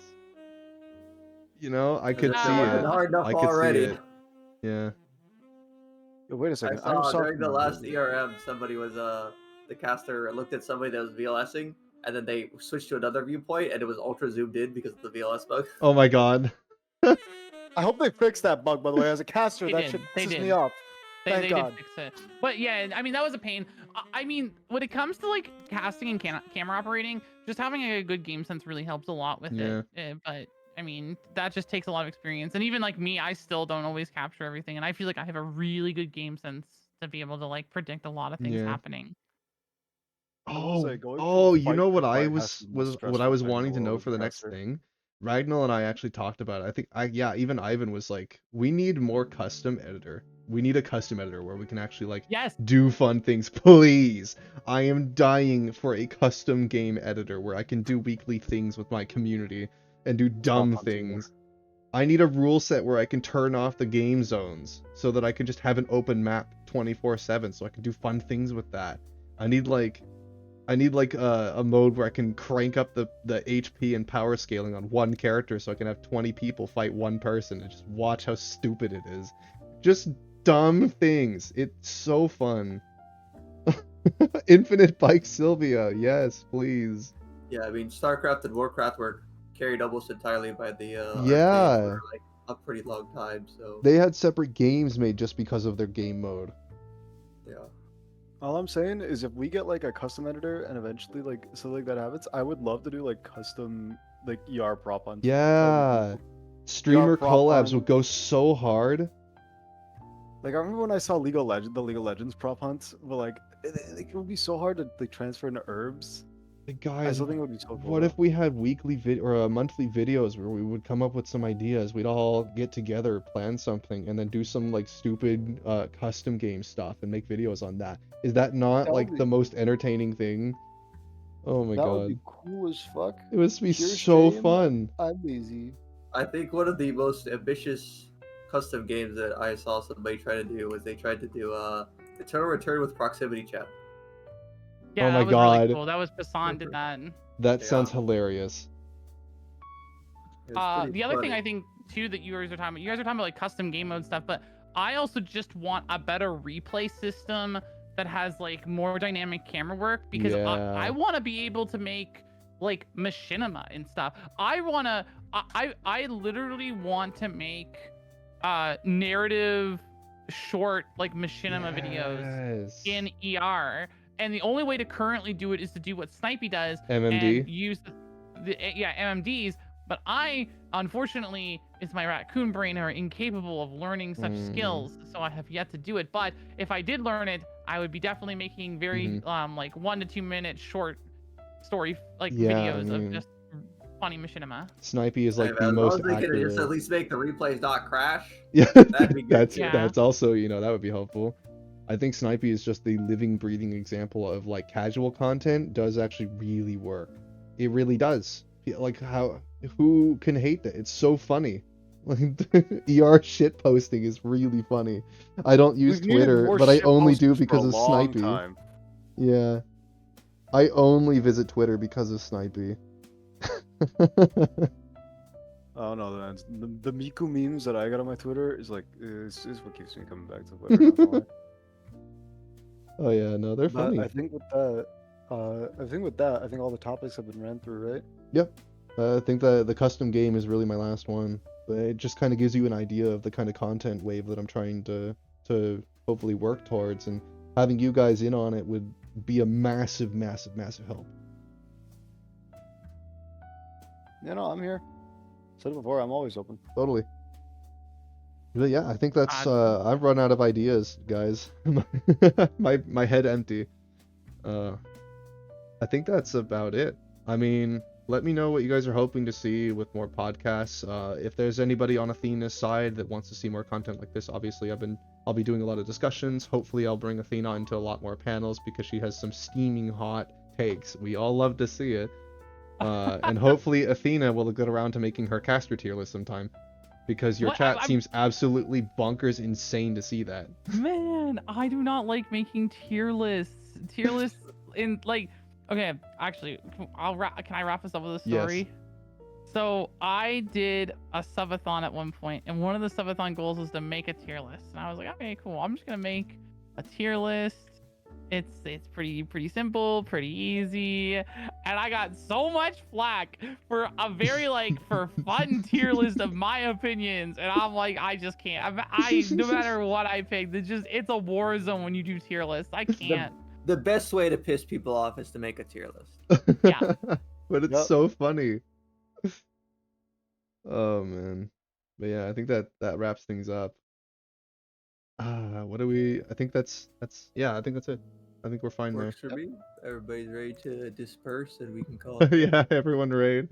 Yeah, Man. we gotta go raids. I Everyone mean- chill your stuff while we're still here. Come on, Oh yeah, start chilling. absolutely. Rep your channels, Athena, Ivan, What do you, Eclipse is right there too, man.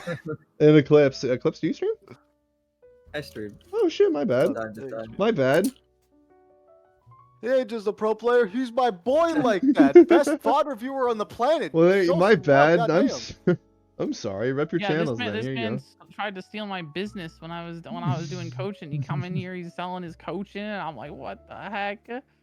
How am I We supposed beat a to whole find lot this of teams in guy? scrims, but none of them came to me for coaching. Oh, yeah. Serious. But I guess this is Alright, just the that's area excellent. for you guys to rep your channels, or any final comments before we all disperse. Just for YouTube, you know, for YouTube's sake, anywhere you want people to know, like the community or your channels, whatever you guys do. This is your time. I'm assuming we're going in a circle. Eclipse, you start first. Sure, I've got a Discord, I've got a YouTube channel. When I stream, it's usually either ranked replay or I do VOD reviews. I do VOD reviews for anybody, and I also do VOD reviews off stream and coaching off stream. So if you'd like to learn things or get better about the game in one way or another, then you can either DM me or you can visit one of my streams and you can. Yeah, here, let's tag all of our that's channels. up I'm gonna tag all our channels while you guys are talking about them.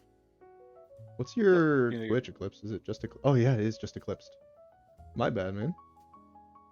No problem. Ivan, go ahead. It's Dina's turn next. Do you not Oh, know is what a it? circle What? looks Wait, like? Okay, all right, what? yeah, we'll go that way. Oh, I'm looking at my stream, and my stream, that is not how the circle works. I was so confused. I was Yeah, like, what do she you has mean? it set up. I was differently. looking at the Discord. Oh, the Discord. Oh my god. I was looking at the Discord order. All right, Oh, we'll let okay. I we'll let think we were Athena all go. looking at different things. Yeah, I was looking at the Yeah, we Discord are. order. You know, it's whatever. Okay. Okay. Go ahead, Athena. Oh yeah. I'll go next. So I mean, I'm AthenaKai. I do pretty much it all. If you catch me on Twitch, it's usually just gameplay, me yapping, me making really hot takes that are kind of over the top. But on top of that, I also will manage and help TO tier 2 tournaments. I do a lot of casting for scrims, usually ERCS qualifiers, as well as some of the community tournaments. And I also have been doing a lot of VOD reviewing and coaching. So I have also been taking up a lot of that space too. If you're ever wanting to have a VOD review done on stream, off stream, doesn't matter. I am also available to be directly DM'd or messaged. I would say something for YouTube, but my YouTube has been a little deathless. But maybe you'll see something with maybe me and Eclipse, or maybe everyone here showing up on my own version of a 100%. podcast. We'll find something we can do. Something fun, something chill. Yep. Ivan, That means I'm you? last. Right. My name is Ivanthenotsoterrible6. I stream on Twitch. I'm an idiot. Come call me stupid. I have a Discord server that's a community server. It's not just about ER. If you want to chat about ER, there, go ahead. But you're welcome to join that or just don't. That's your own decision. It's your own decision. Yeah, no, I'm dumb. That's all I got. He's dumb. Yeah. Very nice, very nice. And obviously, you guys heard at the start of the stream, I'm Celeste. I'm a new content creator. My goal right now with this community is to strengthen our connections and get to know people, make some friendships, and really just build a community of the content creators and everyone here. And the support that you guys have been giving these creators is insane, and I'm so happy to be a part of it. And I will stick around as long as I can and do as much as I can to make great content for you guys to enjoy, and it'll be on my YouTube channel. My YouTube channel is Eclipse. You can find it over there. All of my content's on there right now. I only have one channel for you to follow, but in the future maybe I'll make another just for the podcast. And yeah, I mean, if there's anybody that you guys want me to bring onto the cast or think that would be interested, just invite them to the cast Discord or let me know and I'll hit them up and I'll see who I can get on here. And I'm glad to have all of you here, and I'm glad that you guys enjoyed the content. Hopefully we can do some more stuff like this soon. Yep. Yeah, absolutely. Thanks for having me. And I mean, yeah, I mean, my door is always open. I'm sorry, I gotta add another thing here. It's like, if anyone wants to like do something creative or collaborative with me, just feel free to message me. I love doing this kind of stuff. So like, if you have an idea and I can help make that idea come to reality, like, reach out. 100%. I absolutely will. Thanks, chat, for being here and being so cool about everything. And make sure to flame these creators in their respective Discords for their hot steaming takes. No, but of course. All right, guys. Well, it's been fun. I mean, I hope to see you guys on more casts, and I'll let you know when I'm doing them. All right, I'm reading Grubs. I'm sending everyone over to Grubs. Going to Grubs. Send them to Grubs. Come on. Yeah, Grubs you're going is to There you live. go. Mom's. Mom's gonna take care of you. Sure, I'll go to Grubs too. Why not? Auntie Grubs time. Auntie Grubs. Yeah, no, it's I'll go to thanks Grubs again. too. Yeah, everyone go give Grubs some love. She's doing some fun stuff. Absolutely. She didn't get to be on the cast. I don't even think I properly. Oh, I didn't invite Grubs. Damn, I didn't even.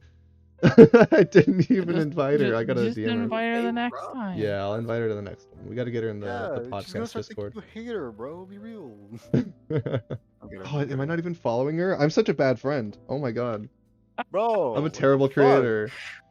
Following people is hard, man. You have to click the button. Yeah.